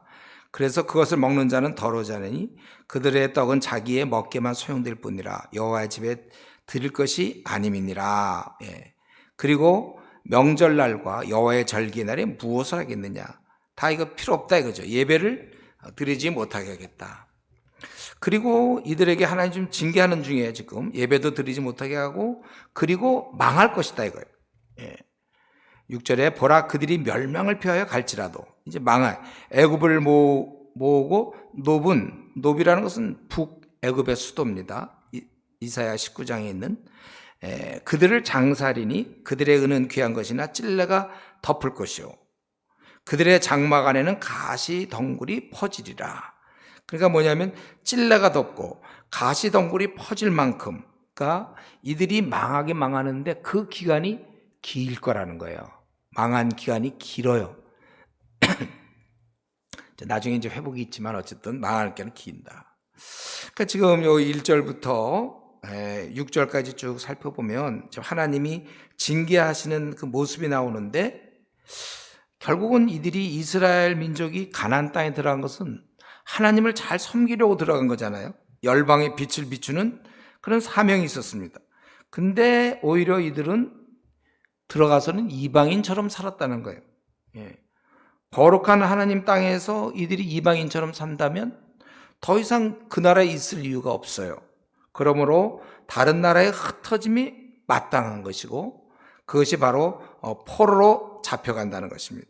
우리 아담이 불순종했기 때문에 에덴에서 쫓겨나야 되는 것처럼 가나안 땅에서 이들이 불순종하고 우상 숭배했기 때문에 쫓겨나는 건 너무나 당연하다. 그래서 하나님이 이렇게 너희들을 포로로 다 할 것이다. 그런데 7절에 그런데 이런 날이 지금 가까이 오고 있다는 것이죠. 형벌의 날이 이르렀고 보응의 날이 온 것을 이스라엘이 알지라. 지금 이제 곧 이 멸망의 날이 오고 있어요. 지금 이 호세가 예언할 때가 거의 이제 북왕국 이스라엘이 거의 멸망할 때까지 호세가 예언하고 있었거든요. 호세 예언이 끝나고 얼마 있어서 이제 멸망하는 건데, 근데 문제는 지금 이렇게 왔는데 선지자들이 괜찮다, 평안하다, 이제 그렇게 얘기하고 있는 거예요. 선지자들이 엉터리예요. 아니, 백성이 잘못 살아도 지도자는 바로 되어서 그걸 야단을 쳐야 되는데, 이 선지자들이 어리석고 신에 감동하는 자가 미쳤나니. 그럼 왜 그러냐면 이들이 평안을 얘기하고 있으니까. 내 죄악이 많고 내 원한이 큼이라. 그래서 궁극적으로나 이렇게 된 이유는 내 죄악이 많고, 이스라엘 너희 백성들 말이지, 궁극적으로 너희들 죄 때문에 그렇다는 거예요. 우리는 지난번 말라기서에서 뭘 봤죠? 지도자가 형편없으니까 백성도 형편없는 걸 봤는데, 오늘 이 본문에서는 가만 보니까 엉터리 지도자를 만나게 된 이유가 본인들의 죄에 대한 벌일 수 있다는 거예요. 그래서 만약에 우리 한국교회 목회자들이 만약에 이런 그 당시에 이런 어리석은 선지자와 같다면은, 그건 우리 한국교회 성도들 중에 미지근한 성도들이 많기 때문에 자기 죄 때문에 그렇다. 그러니까 우리는 그러면서 굉장히 조심해야 되겠죠. 또 우리가 엉터리 지도자가 되면 안 되지. 우리는 우리 말라기서에 있는 것처럼 우리에 의해서 사람이 바뀌어야 되는 거예요. 그러니까 우리가 이 싸움을 해야지. 지금의 이 흐름 그대로 미지근한 신자가 잔뜩 있는 교회에서도 그냥 그 흐름 그대로 유지하고 있다면 그거는 그들에게 큰 불행이에요. 우리가 그럼 지도자가 되지 말았어야죠. 우리는 그걸 바꾸기 위한 사람들이 되어야 되는 것입니다. 그러면서 과거를 회상할 때 8절에 에브라임은 원래는 파수꾼이란 말이에요. 나의 하나님과 함께한 파수꾼이며 선자는 모든 길에 친새 잡는 자의 그물과 같고 그의 하나님 전에 원한이 있도다. 원래 이 파수꾼 지금 이게 약간 시제가 좀 그런데 이게 파수꾼이었다는 거예요. 원래 에브라임은 그 NASB 보면은 was로 돼 있어. 그 파수꾼이었다는 것이죠. 근데 지금 선지자도 그렇고 이스라엘도 다 깊은 죄에 빠졌기 때문에 그래서 내가 9절에 그들은 기브아 시대에 같이 심히 부패한지라 여호와께서 그 악을 기억하시어 그 죄를 벌하시리라. 우리 기브아 시대는 사사기 19장에서 21장까지 나오는 레위인이 외지에서 첩이 폭행을 당하고 죽자 그 시체를 막 12덩어리로 자르는 아주 폐괴한 일이 벌어져. 요즘 이제 시체 자르는 거 막 뉴스에 나오던데 그 말이 됩니까? 그 죽은 자 그런 폐괴한 지금 그런 것처럼 됐다는 거예요. 그래서 하나님께서 그들을 벌하시겠다. 그런 날이 지금 점점 가까이 오고 있고 그리고 지금 계속 형벌을 얘기하는 중에 또 10절부터 17절에도 형벌을 말씀하시는데 9장 마지막까지 바로 후손이 단절되겠다. 이들을 쫓아냈을 뿐만 아니라 더 이상 이런 민족이 더 있을 필요도 없다 이거예요. 제대로 자기 기능을 감당하지 못하는 더 이스라엘 민족이 있을 이유가 없다는 것이죠. 그래서 단절되는 것을 얘기하는데 자 10절에 원래는 이들은 하나님 앞에 귀한 자였습니다.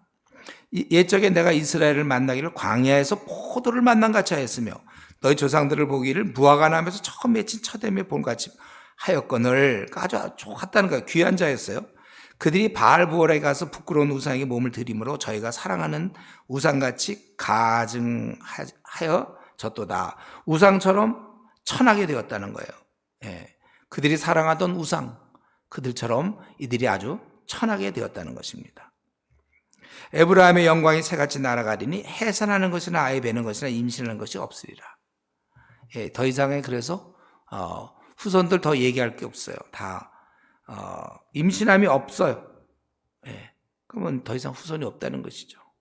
또 서로 기를지라도 혹 기를지라도 내가 그 자식을 없이 하겠다. 이는 이스라엘이 결국은 자기가 그 13절에 보면 그 자식들을 살인하는 자에게로 끌어내리려 결국 이스라엘이 자식을 죽이는 것이죠. 여기 보면은 내가 보건대 에브라임이 아름다운 곳에 심긴 두로와 같으나 두로는 우리가 아는 대로 뭐예요?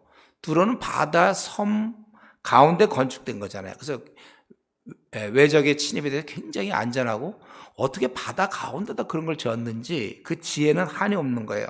안전하고 아름답고 지혜. 그러나 그 아름다운 곳에 생긴 두로와 같지만 그러나 결국 그들은 다 자식들이 자식을 살인하는 것이나 마찬가지다 그거예요.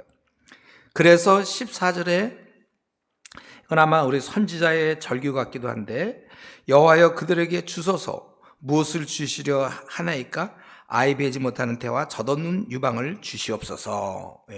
자손을 없이 하라는 거죠. 하나님이 자손을 없이 하겠다고 그랬는데 이 선지자도 하나님 편에 서서 그렇게 강구하는 거예요. 왜냐하면 이스라엘이 존재할 이유가 없잖아요.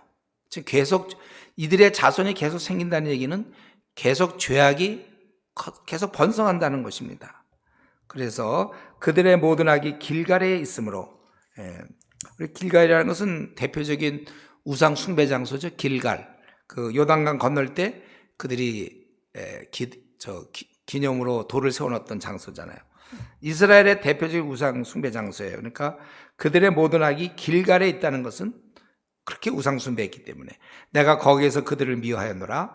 그들의 행위가 악함으로 내 집에서 그들을 쫓아내고 다시는 사랑하지 아니하리라. 그들의 지도자는 다 반역 자니라. 예. 이들을 다 지금 하나님께서 이들을 내가 내 집에서 쫓아내고 사랑하지 않겠다는 거예요.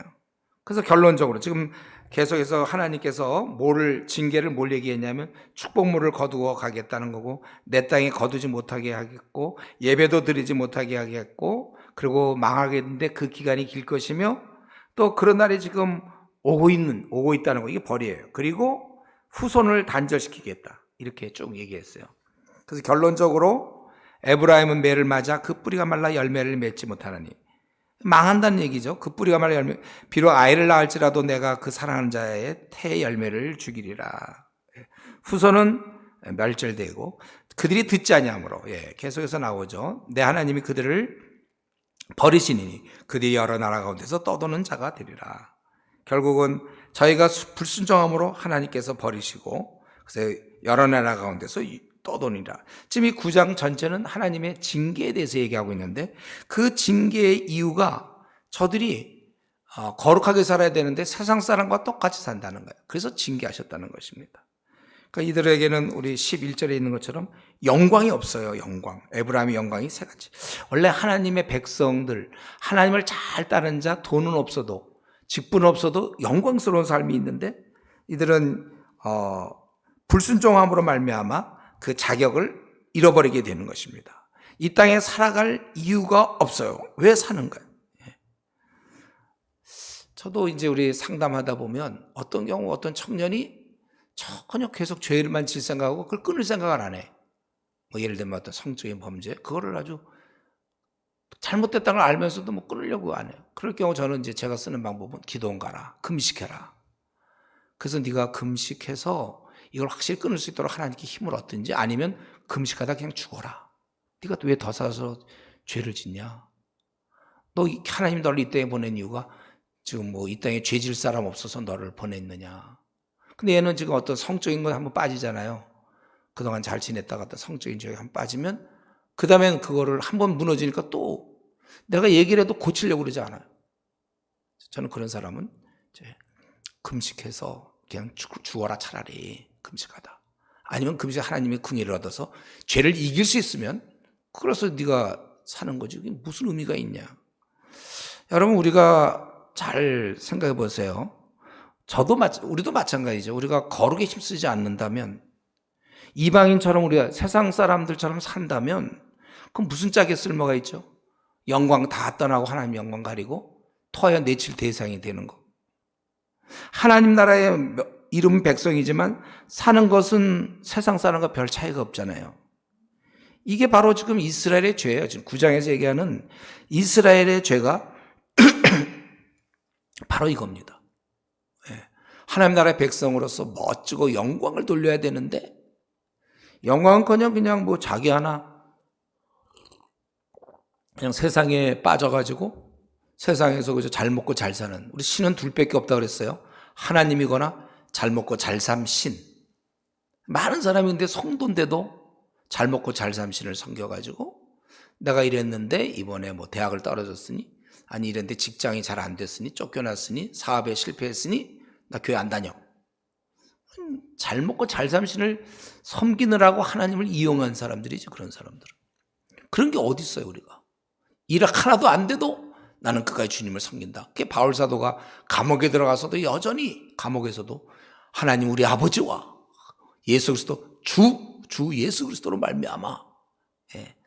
우리가 그게 분명해야 되는데, 참 이런 면에 있어서 신앙생활에 대해 하나님 말씀을 뻔히 알면서 고치지 않는다면, 이름은 그대로 있어요.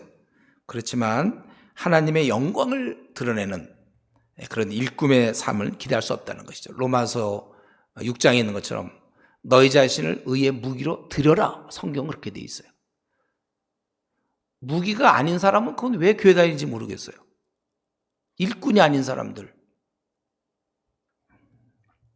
그리고 이 죄에 대한 징계도 스스로 자초하는 거. 근데 가만 보니까 죄에 대한 징계가 결국은 이들이 뭐 포로로 가고 전쟁하고 그것보다는 흩어져서 더 이상의 살아갈 그 어떤 명예, 영광, 이걸 못하는 게 그게 이들에게 벌이죠. 벌어진 삶. 저는 우리 청년들도 그렇고 우리 교회 집사들 뭐 이런 경우도 많이 얘기하는데, 기껏 한번 태어나서 하나님의 영광을 쫙 드러내면서 살아야 되는데, 그냥 아무것도 이루지 않고 그냥 생을 살아가는, 얼마나 안타까운 일인가. 남들과 똑같아요. 안 믿어도 그렇게 살아. 그러니까 자녀 키우고 애들 뭐 하고, 물론 세상 사람보다 조금 착실함은 있을 거예요. 집에서 그래도 잘 좀 지내고 하지만 결국 뭐 자녀 키우고 그냥 자기 잘 먹고 잘 살고 집장만 하고 승진하고, 이런 사람이 지금 교회 대부분이라는 것이죠. 일꾼이 돼야 되는데, 추수할국신이 휘어져 있는데 일꾼의 힘이 적다고 하신 주님의 음성이 하나도 안 들리는 사람들. 다메섹 이후를 경험해야 되는데 다메섹 이전에 살고 있는 사람, 아직도 주님이 오늘 오시면 큰일 나는데요, 이런 얘기하고 있는 사람들이 얼마나 많은지 몰라요. 오늘 주님 오시면 안 되는데요. 아니, 우리가 안 되면 불교 신자들이 그러면 주님 오셔야 돼요? 그 불교 신자들이 그렇게 얘기할 수는 있지만, 아니 하나님을 따르고 뭐 제가 얘기했죠. 그런 사람들이 꼭 마라나타 뭐 크게 부른다고 그랬죠. 아멘 주 예수여 오셔. 나 저분 그런 노래도 좀 안 했으면 좋겠어. 그건 하면서도 오늘 오시면 안 되는데요. 왜 안 되는 거예요? 본인이 지금 자기가 잘못 살고 있다는 걸 알고 있다는 거잖아요. 고칠 생각을 안 해. 지금 똑같아. 호세아 때 지적받는 이스라엘 민족처럼. 우리도 마찬가지고. 내 삶이 영광스럽지 않거들랑 이 길 가지 마세요. 내가 이 일을 함으로써 하나님께 영광을 돌리고 정말 한번 제대로 한국의 6만 개 교회를 위해서 내가 한번 일해보겠다. 우리에게 뭐 이게 직업입니까? 이게 우리는 모든 사람을 위해서 허비하고 또한 허비하고, 일만 스승이 있지만 아비는 많지 않다는, 그렇다면 내가 당연히 아비가 돼야죠. 내 목숨 다 주어야 돼요. 이 어린 성도들에게 이걸 준비하는 게 신대원 시간이고, 연약한 우리이기 때문에 기도하여 하늘의 능력으로 우리가 이런 일을 감당하는 것입니다. 아주 열심히 기도해야 되는 것이죠. 사실 우리가 세상에 보면 우는 일이 많아요. 원하던 결혼이 잘 안 됐다든가, 대학을 원하는 대로 잘 안 됐다든가, 직장, 하여튼 여러 가지, 아니면 정말, 이렇게 치료가 안 되는 불치의 병에 걸렸다든가, 배신을 당했다든가. 근데 우리가 진짜 울 일은 이런 것이 아니고, 사람이 인정을 받지 못했다든가 이런 게 아니라, 우리가 진짜 울어야 될 일은 이러한 하나님 편에 서서 한번 멋지게 사용되다가 죽어야 되는데 전혀 그렇지 못한 경우, 그게 사실은 울 일이죠. 한 번 태어났는데 하나님께 사용돼야 되지 않아요? 이것은 꼭 무슨 목회자가 되라는 건 아니에요. 무슨 일을 하든지 우리가 하나님께 사용된다는 거예요. 어쩌다 한 번 태어났는데 아무 열매도 없이 살다 죽는 사람들, 착실하게만 살았어. 착실하게만 모범적인 삶, 열매가 있어야죠. 열매가. 특별히 우리에게는 저와 여러분 사명이 있죠. 모든 성도들도 사명이 있어요. 가서 모든 족속 제자 삼으라. 근데 왜 가지 않는지 몰라요. 자기는 항상 보내는 선교사라고 얘기하는 사람도 많이 있어요. 왜 안 나가는지 모르겠어요. 그런 사람들. 성경에 보내는 선교사가 어디 있습니까? 인위적으로 보내는 선교사, 가는 선교사가 있는데 나는 보내는 선교사라. 아예 만세 전부터 확실히 아주 확정된 것처럼 얘기해요. 왜 안 나가? 그런 사람들. 저도 이번 주에 우리 교회 집사들 또 우리 장년들 좀 만났어요. 40대 중반 이런 사람들. 빨리 좀 외국 나갈 생각들 해라. 왜 언제까지 이 조그만 나라에 있느냐 너희들은. 복음 들고 나가서 죽어야 되지 않아요? 생을 그렇게 보내야지. 그냥 직장에서 지금 대기업에서 아니면 얼마 정도의 큰 기업에서 거기서 점점 승진되고 먹고 살고 애들 학교 보내는 거. 우리가 애들 학교 보내기 위해서 이 땅에 태어났습니까? 무엇을 하고 있는 거예요?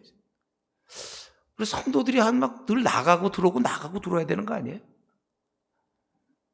꼭 다른 사람 보내고 자기 돈 내려고 하는 사람들이 있어요. 돈 내지 마. 그래서 자기를 내줘. 쓰임받지 못하는 사람들, 정말 그게 울어야 됩니다. 마찬가지 우리가 이미 목회자로 나왔는데 우리가 정말 사용이 안 되는 하나의 교회의 운영자가 되는, 관리인이 되는, 교회 프로그램 돌리는 사람이 돼서는 안 되고, 시대를 움직일 만한 사람이 되고, 나를 만난 성도들은 정말 다 같이 빛나고 영광스러워야 되고, 나를 만난 성도들은 주님 만났을 때 칭찬 듣는 사람 돼야 되고. 여러분, 이게 우리가 지금 책임 있는 거예요. 이런 책임. 뭐 담임 목사한테 인정받는 거 그게 뭐가 중요한 거예요. 나를 만난 성도들이 나중에 주님 만났을 때 칭찬을 듣게 할 수 있는가. 우리 그들을 제대로 살게 해줘야 되는 게 저 여러분의 목표입니다. 어쨌든 우리는 분명히 교회에서 인정을 받든 받지 않든 하나님 보시기에 사용되고 있어야 돼요. 쓰임을 받아야 되는 것입니다. 우리 그리고 한국교회 성도들, 여러분이 돌보고 있는 성도들이 정말 이 사람이 지금 주님께 쓰임받고 있는 건지 아니면 그냥 이 땅에서 아주 그냥 그리스도인들이 좀 윤리적으로 그냥 살고 있는가. 이 사람도 가만 보면 잘 먹고 잘 사는 거에 관심이 있는가. 주님을 위해서 좀 나가고 말이죠. 복음을 위해서. 선교사만 나가라는 법이 어디 있어요. 우리는 왜 못 나가요? 가서 모든 족속 제자 삼으라고 그랬는데.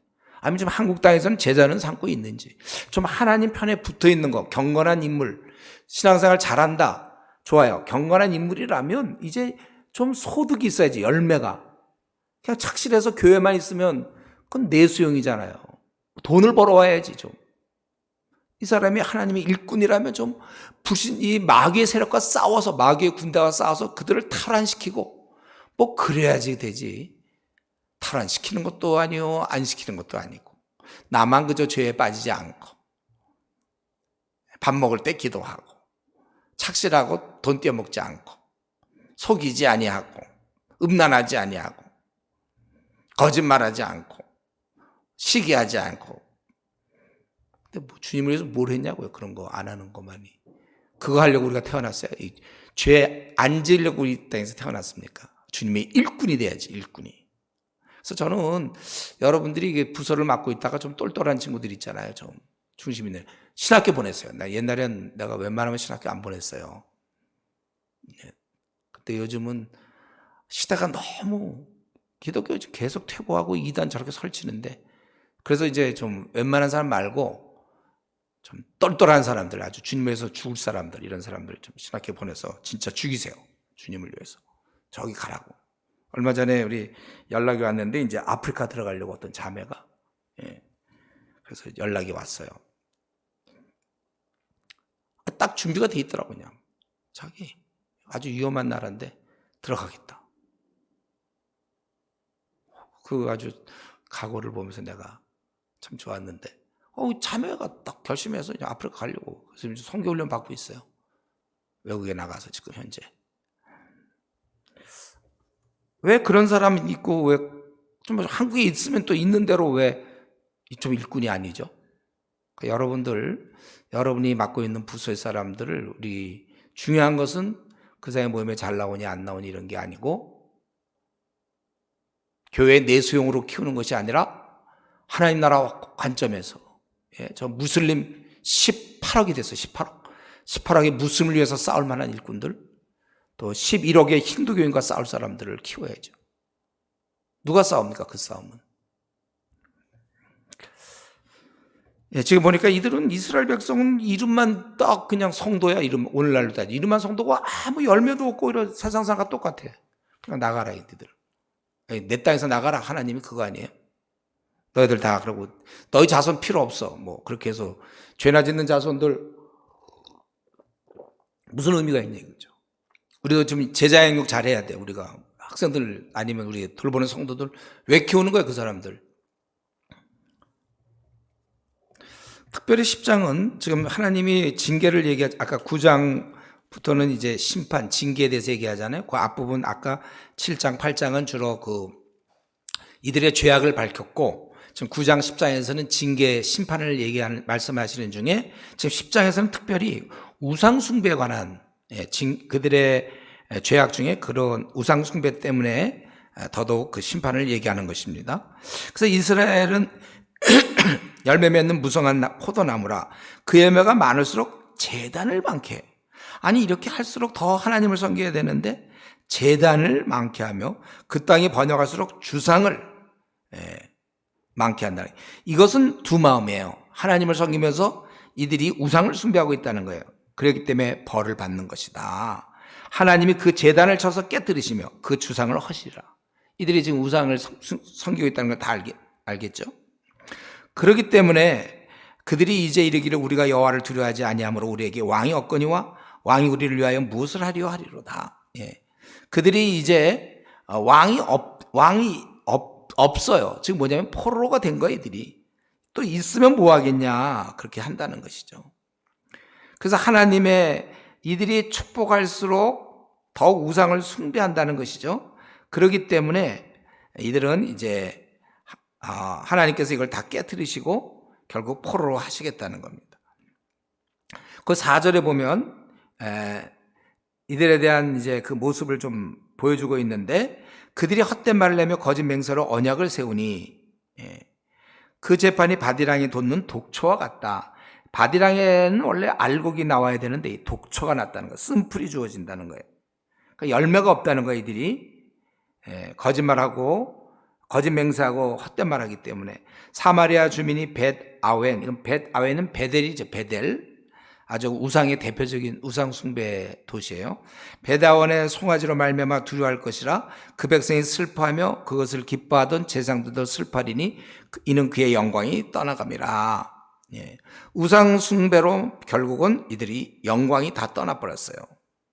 그리고 그 송아지는 아수르로, 우상은 아수르로 가게 되었다는 것입니다. 아수르로 옮겨다가 예물로 야렙 왕에게 드리리니, 야렙은 그 아수르의 대왕을 야렙이라고 그래요. 이집트의 왕을 바로라고 하는 것처럼. 에브라임은 수치를 받을 것이요 이스라엘은 자기들의 계책을 부끄러워할 것이다. 이스라엘의 계책이 뭐죠? 그 여로보암 때 예루살렘에 가지 못하도록 베델과 단에 금송아지를 만들었잖아요. 이제 이런 것들을 부끄러워할 것이다. 결국 그래봤자 이들은 포로로 잡히니까. 남쪽 예루살렘에 내라는 것은 막았어요. 이 금송아지를 해가지고. 그러나 대신 북쪽 아수르로 끌려가는 것은 막지 못했죠. 또 이들은 우상뿐 아니라, 이스라엘은 우상뿐 아니라 왕도, 사마리아 왕은 물 위에 떠있는 거품. 이들이 우상도 섬기고 또 왕에 대해서도 그렇게 하지만 왕도 초라해진다는 것입니다. 이스라엘의 죄 곧 아웬, 이 아웬도 아까 벳 아웬과 마찬가지로 베델을 얘기합니다. 곧 아웬의 산당은 파괴되어 가시와 찔레가 그 제단 위에 날 것이니 그때 그들이 산도로 우리를 가리라 할 것이요 작은 산도로 우리 위에 무너지리라. 요거는 요한계시록에 나오는 형벌 마지막 때 나오는 얘기 같은데, 우리 요한계시록은 우리 2학기 때, 그죠? 3년차 2학기 때 하는 거예요. 요한계시록. 그때는 이제 아마 되면 안 되면 아니 그 학교가 문 안 열면 또 이런 식으로 해서라도 요한계시록 내용이 어려운 게 하나도 없어요. 요한계시록 한 6번 정도, 22장이니까 한 6번이나 7번 정도. 하여튼 다음 학기에 우리 그거 하도록 하고요. 거기서 나오는 거랑 비슷해요. 너무 두려운 나머지 고통이 너무 크니까 무너져 달라고, 또 가려 달라고, 이제 거기는 그렇게 얘기하잖아요. 신을 만나는 게 너무, 하나님 만나는 게 너무 두려우니까. 그래서 이런 식으로 하나님이 벌하신다는 거예요, 그들을. 근데 이 형벌은 지금 당장은 아니에요.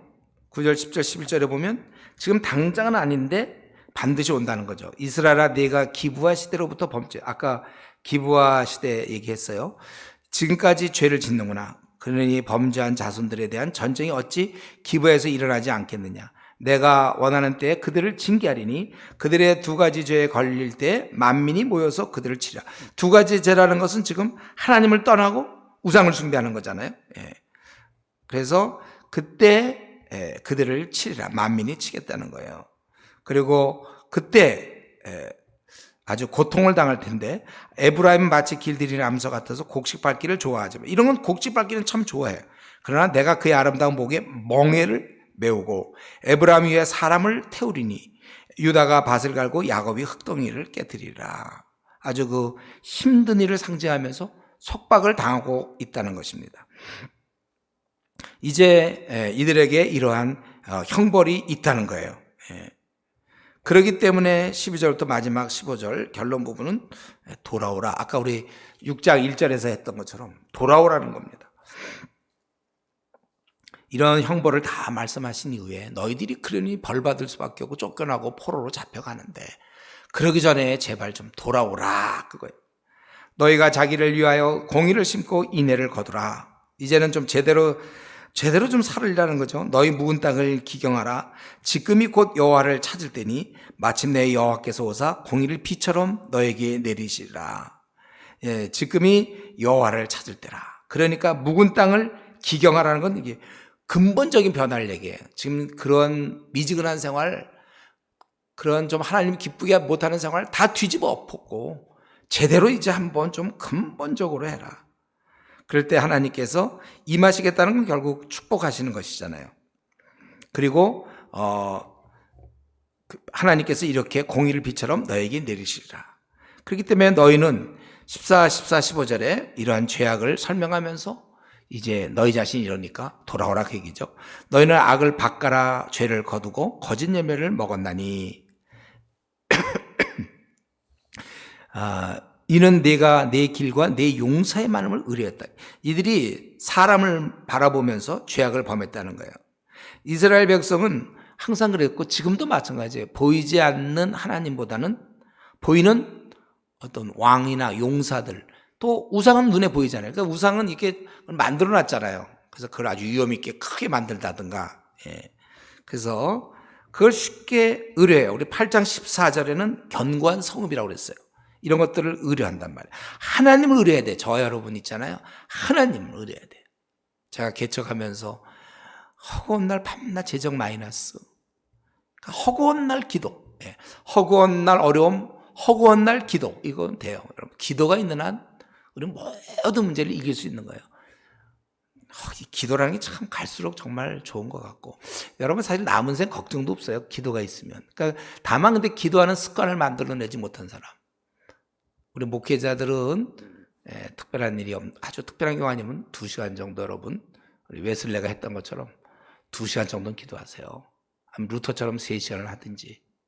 저도 목회할 때 항상 2시간, 3시간 사이 왔다 갔다 하면서 기도했는데, 그럼 기도가 있는 한 우리 이 땅에 두려운 게 없어. 이 땅에 뭐가 두렵지? 이 땅이 한번 얘기해보세요. 뭐가 두려워? 우리가 이 땅에서 다 우리 이길 수 있어요. 북한의 핵이 두렵습니까? 아니면 뭐 앞으로 정부에 나갈 방향이 두렵습니까? 자식의 문제가 어려운가요? 먹고 살 문제가 두려운가 우리한테? 코로나 걸리는 게 두려운가요? 코로나 걸리는 건 약간 두려워. 왜냐하면 성도들에게 끼칠까 봐. 그건 내가 좀 그러나 하나님이 그건 하더네. 우리 최선을 다할 뿐이고. 이 땅에 우리는 두려울 게 없어요. 근데 하나님을 의지하니까. 근데 이들은 지금 용사를, 내가 네 길과 지금 자기가 사는 방식과 어떤 그 주어진 이런 것과 용사의 많음을 너희가 의뢰했다는 거예요. 하여튼 눈에 보이는 건 자꾸 우리가 의지하려고 그래요. 그러니까 사람들이 통장에 돈을 의지하잖아요. 돈이 있으면 의지가 되고 돈 없으면 불안해하고, 하나님을 제대로 섬기지 못하면 불안한 거지 어째서 그게. 그래서 우리는 앞길 막혀도 전혀 두렵지가 않아요. 길이 열리지 않고 대책이 없어도 두렵지 않아야 되고, 이거를 어떤 공식으로 외워갖고 난 두렵지 않다, 뭐 하나님이 계시니 여호와는 나의 목자시니 두렵지 않다, 이렇게 외쳐봐야 소용이 없어요. 진짜 두렵지 않아야죠. 그래서 혹시 우리 중에 아직도 염려가 많고 근심 많은 사람 아직 그 단계에 못 이른 거예요. 빨리 기도 생활 좀 더 해서 진짜 두렵지 않아야지. 뭐가 두려워 이 땅에. 그런 단계까지 빨리 올라가야지. 그냥 두렵지 않다 하면서 속으로 막 두렵고 염려가 막 되고, 뭐 먹고 사나, 아니면 앞날 어떻게 되나, 과연 나는 결혼을 할 수 있을까, 아니면 나는 어떻게, 그게 뭐예요 그게. 아무것도 염려하지 말라고 그랬으면 정말 말고 그에 대한 대안으로, 그냥 막연히 우리한테 무슨 뭐 용기가, 우리가 워낙 태어나서 배짱이 있어서 그게 아니라 분명히 아무것도 염려하지 말라고 하셨을 때는 그 다음에 나오는 거, 오직 기도와 간구로 너희 구할 것을 감사함으로 아뢰라. 염려하지 말고 아뢰라. 이거 우리 빌립보서에서 했죠. 우리가 기도가 있는데 뭐가? 근데 이들은 지금 하나님 대신에 이제 이런 눈에 보이는 것을 바라본 것입니다. 그러므로 너희가 그렇기 때문에 너희 백성 중에 요란함이 있고, 이 요람은 흐름상은 전쟁을 얘기하겠죠. 내 산성들이 다 무너지되 살만이 전쟁의 날에 베다벨을 무너뜨린 거죠. 여기서 살만이라는 것은 아수르 왕이에요. 살만 에셀. 열왕기하 17장 3절에 있는 아수르 왕. 살만이 전쟁의 날에 그 아수르에서 멸망될 것을 지금 얘기하고 있는 거잖아요. 벳아벨, 사실 이거는 지금 지명을 모릅니다. 우리가 정확히 몰라. 벳아벨을 무너뜨린 같이 될 것이라. 그때 어머니와 자식이 함께 부셔졌다. 이 자식이든지 이렇게 좀 부셔졌다는데 어머니와 자식이 함께 부셔졌다. 굉장히 좀 처량한 느낌 들죠, 여러분? 어머니와 자식이 함께. 이건 참 처량해, 이거는. 근데 이것은 바로 실은 그 원수, 살만이 너희들을 무너뜨린 게 아니라 너희의 큰 악으로 말미암아 너희가 스스로 무너진 것이다. 여기 보면 베델이 이같이 너에게 행하니, 결국 자기들의 죄로 말미암아 너희가 새벽에 정령 망하리라. 그래서 새벽에 망한다는 건 하루아침에 망한다 그거예요. 자기 죄 때문에 멸망당하는 것이, 사실 살만 에셀은 그거는 엑스트라예요. 조연. 진짜는 내 죄 때문에 내가 망하는 것이다. 그래서 지금 여기 9장에도 그렇고 10장에도 보면 선지자가 계속 이들의 지금 죄를 지적하고 있잖아요. 근데 이거 참 중요하죠. 왜냐하면 사람들은요, 알 것 같지만 자기 죄를 잘 몰라요. 누가 능히 자기의 허물을 깨달으리요. 그 내로남불이 특별히 이번 정권에서 그런 게 아니라 옛날에도 다 그랬어요. 인간은 누구나 다 내로남불이에요. 다 자기 하는 걸 몰라요. 그래서 무슨 논리의 그것보다 우리는 항상 죄 문제를 다뤄야 돼. 죄. 몰라, 사람들이. 자꾸 얘기해 줘야 됩니다. 우리가 얼굴에 내가 뭐가 묻었는지 모르잖아요. 누가 얘기해 줘야지. 고춧가루 끼고 할 때 꼈다고 얘기해 주는 것처럼. 근데 보통 그런 얘기 해주기 좀 쉽지 않죠. 누가 묻었는데 이렇게 얘기해 주는 거. 그리고 특별히 남이 잘못한 거에 대해서 우리가 잘 지적을 안 해줘요. 왜냐하면 좀 그 사람이 너 그걸 지적을 잘 못해. 근데 이거는 성경의 원리에 어긋나는 거죠. 짐을 서로 져라. 우리가 얘기해 줘야 돼. 근데 또 어떤 경우는 지적을 해줘야 할 때 어떤 경우냐면 미움이 있을 때 지적하는 사람이 있어요. 너 이러지 않았냐 막 이러면서 미워서 하는 경우, 고쳐준다고 하면서 사실은 자기의 미운 감정을 발산하는 경우가 많아요. 부부싸움 같은 거 할 때도 그런 경우 되게 많은데, 지적을 안 해줘서 문제고, 혹 지적을 하면 또 미움을 갖고 지적을 해요. 성경은 사랑 안에서 참된 것을 말하라. 우리는 에베소 4장 15절에 오직 사랑 안에서 참된 것을 하여, 근데 참된 것을 한다는 말이 참된 것을 말하여 그 뜻이에요. NIV 보면은 참된 것을 말하여. 함께 우리 자라가야 돼요. 그래서 여러분, 우리가 이제 아나톨레 모임 같은 게 이제 좀 필요한 이유가 뭐냐면, 우리가 앞으로 목회를 할 때 혼자서 있다 보면 자기 잘못을 잘 모를 수 있어요. 근데 우리가 서로 지적을 해줘서 고쳐줘야 된다는 거죠. 물론 제1차적으로 아내가 지적을 해주겠지만, 또 아내도 항상 목사랑 같은 편이라 또 잘 지적을 안 해줄 수도 있어요. 배우자가. 또 부목사님들이 담임 목사 지적 잘 안 해줄걸요. 하기도 어렵고. 우리는 서로 해줘야 돼. 그리고 제일 좋은 방법은 지적받기보다는, 누구로부터 지적받는 것도 좋지만 PBS 함으로써 자기가 성경을 연구하면서 이 말씀을 자기에게 적용. PBS 할 때 제일 중요한 게 뭐라고 했어요? 이 말씀을 적용해서 회개할 것과 간구할 것과 즉각적으로 시행할 게 뭐냐? 우리가 이걸 반드시 적게 돼 있잖아요. 성경 공부하면. 그럴 때 자기가 그리고 다른 사람과 나눔을 통해서 또 내가 미처 깨닫지 못하는 잘못들이 나도 그런 게 있었는데 이제 깨닫게 돼서 반드시 나눔이 중요한 거예요. 그래서 여러분들은 앞으로 66권, 신구약 66권 끝날 때까지 일주일에 한 장씩 할 경우는 23.5년 걸리는데 우리 목회자는 그렇게 하면 안 되겠죠. 더 빨리 해서 부지런히 성경을 공부해가지고 지적을 받아서 우리 인격을 다듬어야 되고 또 성경적 지식을 가져서 가르칠 것. 바울이 두란노 서원에서 2년 어치를 가르칠 수 있었어요. 나는 지금 몇 년 어치를 준비하고 있는가? 성도들에게 다 모아졌어요. 나보고 성경 가르치라면 나는 한 얼마만큼 가르칠 수 있어요. 그 양이. 요한계시록 준비됐나요? 요한계시록 가르치는 데 시간 걸릴게요. 로마서 준비됐나요? 스가랴서 우리 지난번에 한 스가랴서 준비됐습니까? 이걸 신대원에서 준비해야 되는데 늘 안타까운 마음인데 어쨌든 우리가 지적을 해줘야 돼요. 교회에서 성도들을 사랑 가운데 지적을 해줘야지. 그러니까 지적을 안 하는 것도 사랑이 없는 거고 지적을 하되 미움을 갖고 지적하는 것도 사랑이 없는 거고 우리는 지적을 안 한다는 것은 나쁜 거예요. 지적을 하되 정말 사랑하는 가운데서 야 여기 이런 게 있다. 그럴 때 받아들이더라고 사랑 가운데서 할 때. 자 말씀을 마치겠는데 결국 호세아 지금 우리가 쭉 살펴봤지만 결국 죄와 심판을 말씀하시는데 그건 왜 그랬느냐 마지막을 보니까 우리를 살리기 위해서 우리 다 포로가 돼서 영광이 다 떨어지고 초라한 생을 살지 않도록 지금이라도 돌아오라 그거예요. 근데 돌아오려니까 잘못을 얘기해줘야 돌아오. 자기들은 좀 잘 지낸다고 생각하거든요. 그래서 그 하나님의 원하심은 우리가 잘 되기를 원하는 거예요. 잘못을 지적하는 것도 그들이 돌아오도록. 그리고 잘못 너희들이 어려움을 당하게 되는데 그럼 원수 대적 때문이라고 얘기하면 안 되고 베델 때문이다. 너희가 죄를 졌기 때문에 그 죄가 너희들을 망하게 하는 것이라는 걸 얘기하는 것입니다. 저는 이런 면에서 분명하게 우리가 돌보는 사람, 우리 자신과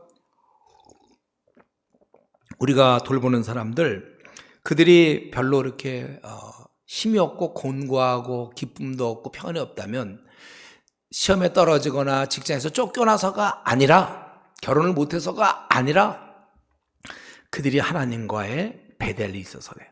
잘못됨이 있어서 그렇다는 것입니다. 그래서 평안도 없는 피곤한 인생이 된 거예요. 주님 안에서 원래 평안을 그렇게 성경은 얘기하는데 그 사람이 지금 평안이 없고 초라한 생을 살고 있다면 돈은 많을지 몰라요. 뭐가 잘 풀리는지 박사학위 5개 받았는지 모르지만 그 안에 어떤 기쁨과 생수의 강이 넘쳐나지 않는 것은 주님과의 관계 때문이며 죄 때문에 그렇다는 거예요. 그래서 이런 면에 있어서 그걸 인정하고 평안을 누리지 못하고 있다면 곤고한다면 우리들도 마찬가지예요. 성도뿐만 아니라 지금 내가 어쨌든 나는 행복하지 않아. 나 지금 뭔가 채워지지 않는 게 있어. 막연히 미래에 뭐가 좀 채워지겠지. 지금은 아니야. 그렇다면 이것은 심각한 경고입니다. 지금 평안해야지. 내가 그럼 주님 안에 있다면 평안한데 그럼 뭐 주님 안에서 지금 말고 내가 주님 안에 있지만 지금 말고 나중에 평안해질 거야. 그런 법이 어디 있어요. 주님 안에 있느냐 없느냐지 시제가 중요한 게 아니라 지금이냐 나중이냐가 아니라 주님 안에 있다면 지금 평안할 것이고 지금 만족할 것이고 내가 주님 밖에 있다면 아무리 해봐야 나는 정령 망하리라. 베델이 우리를 망하게 한 거라고 했잖아요. 그렇기 때문에 여러분 지금 내가 어쨌든 뭐 이유는 모르겠는데 참 평안이 별로 없고 흥미진진하지 않고 그렇다면 어느새 주님과의 좀 거리가 난 거예요. 이 말은 무슨 말이냐면 골방으로 들어가라는 신호입니다. 자꾸 기침하고 뭐 열나고 감기 그럼 감기인 줄 아는 것처럼 내 안에 평안이 없고 기쁨도 없고 별로 그렇게 흥미진진하지도 않고 목회생활 이런 것도 재미도 없고 그렇다면 그것은 이제 증상의 증상. 어떤 증상? 주님과 멀어졌다는 증상. 그렇기 때문에 우리는 골방으로 들어가라는 뜻이다. 그래서 자꾸 나대지 말고 기도원에 가든지 아니면 혼자 방에서 불 좀 꺼놓고 혼자 몇 시간 좀 독대하고 며칠 좀 그렇게 시간을 보내면서 좀 이 첫사랑을 회복해야 돼요. 이게 바로 돌아가라요. 첫사랑을 회복하고 돌아가서 그렇게 하고 먼저는 우리가 당연히 우리는 그런 상태를 유지해야 될 것이요. 이제 내가 돌보는 성도들이 다 이렇게 될 수 있도록 더욱 우리가 우리에게 주어진 사명을 잘 감당할 수 있기 바랍니다.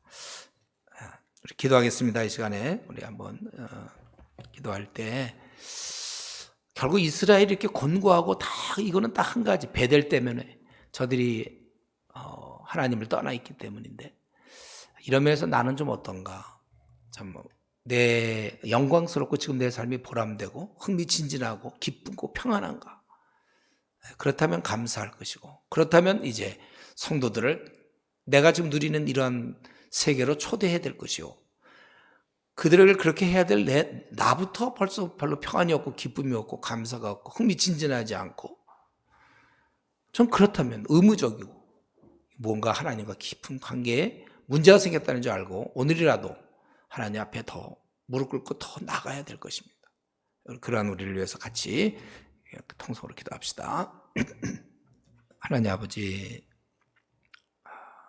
우리가 하나님과 아주 가까이서 살기를 원합니다. 첫사랑을 회복하고 참 하나님이 기뻐하는 그러한 삶만 살다가 주님 만나기 원합니다. 우리를 더 만져주시고 고쳐주시고, 또 우리가 하나님 앞에서 정말 행복하지 못하다면, 기쁨과 평안을 많이 잃었다면 우리 골방으로 가게 하시고, 주님과 다시 돌아오라 하신 말씀 따라 먼저 우리가 돌아오게 해주시기 원합니다. 또 우리 한국교회 교회마다 미지근한 신자들, 하나님과 거리를 두고 있는 신자들, 오늘 주님 오시면 안 된다고 생각하는 신자들이 많이 있사오니 그들을 잘 타일르고 권면하고 이끌어서 그들도 다 하나님께 돌아가게끔 저희가 힘쓰게 해 주시옵소서. 우리가 이 목회자의 아주 중요한 자리를 차지했사오니 적당히 보내지 말게 하시고 깨어 근신하여 아버지 그들을 도울 수 있게 하시고, 지금 비록 또 레포트 써야 되고 많은 짐이 있다 할지라도 결코 우리가 기도 시간을 줄이거나 또 말씀을 연구하는 시간을 없애는 일이 없게 하여 주시고, 늘 하나님과 동행하며 깨어 근신하는 저희들 되게 하여 주시옵소서. 코로나 시대에 우리 한국교회 너무 어렵사오니 주님 속히 코로나를 종식시켜 주셔서 우리가 마음껏 대면하여 하나님 말씀 연구하고 공부하고 특별히 전도할 수 있는 그런 기회를 주시옵소서. 감사하고 예수님의 이름으로 기도드리옵나이다. 아멘.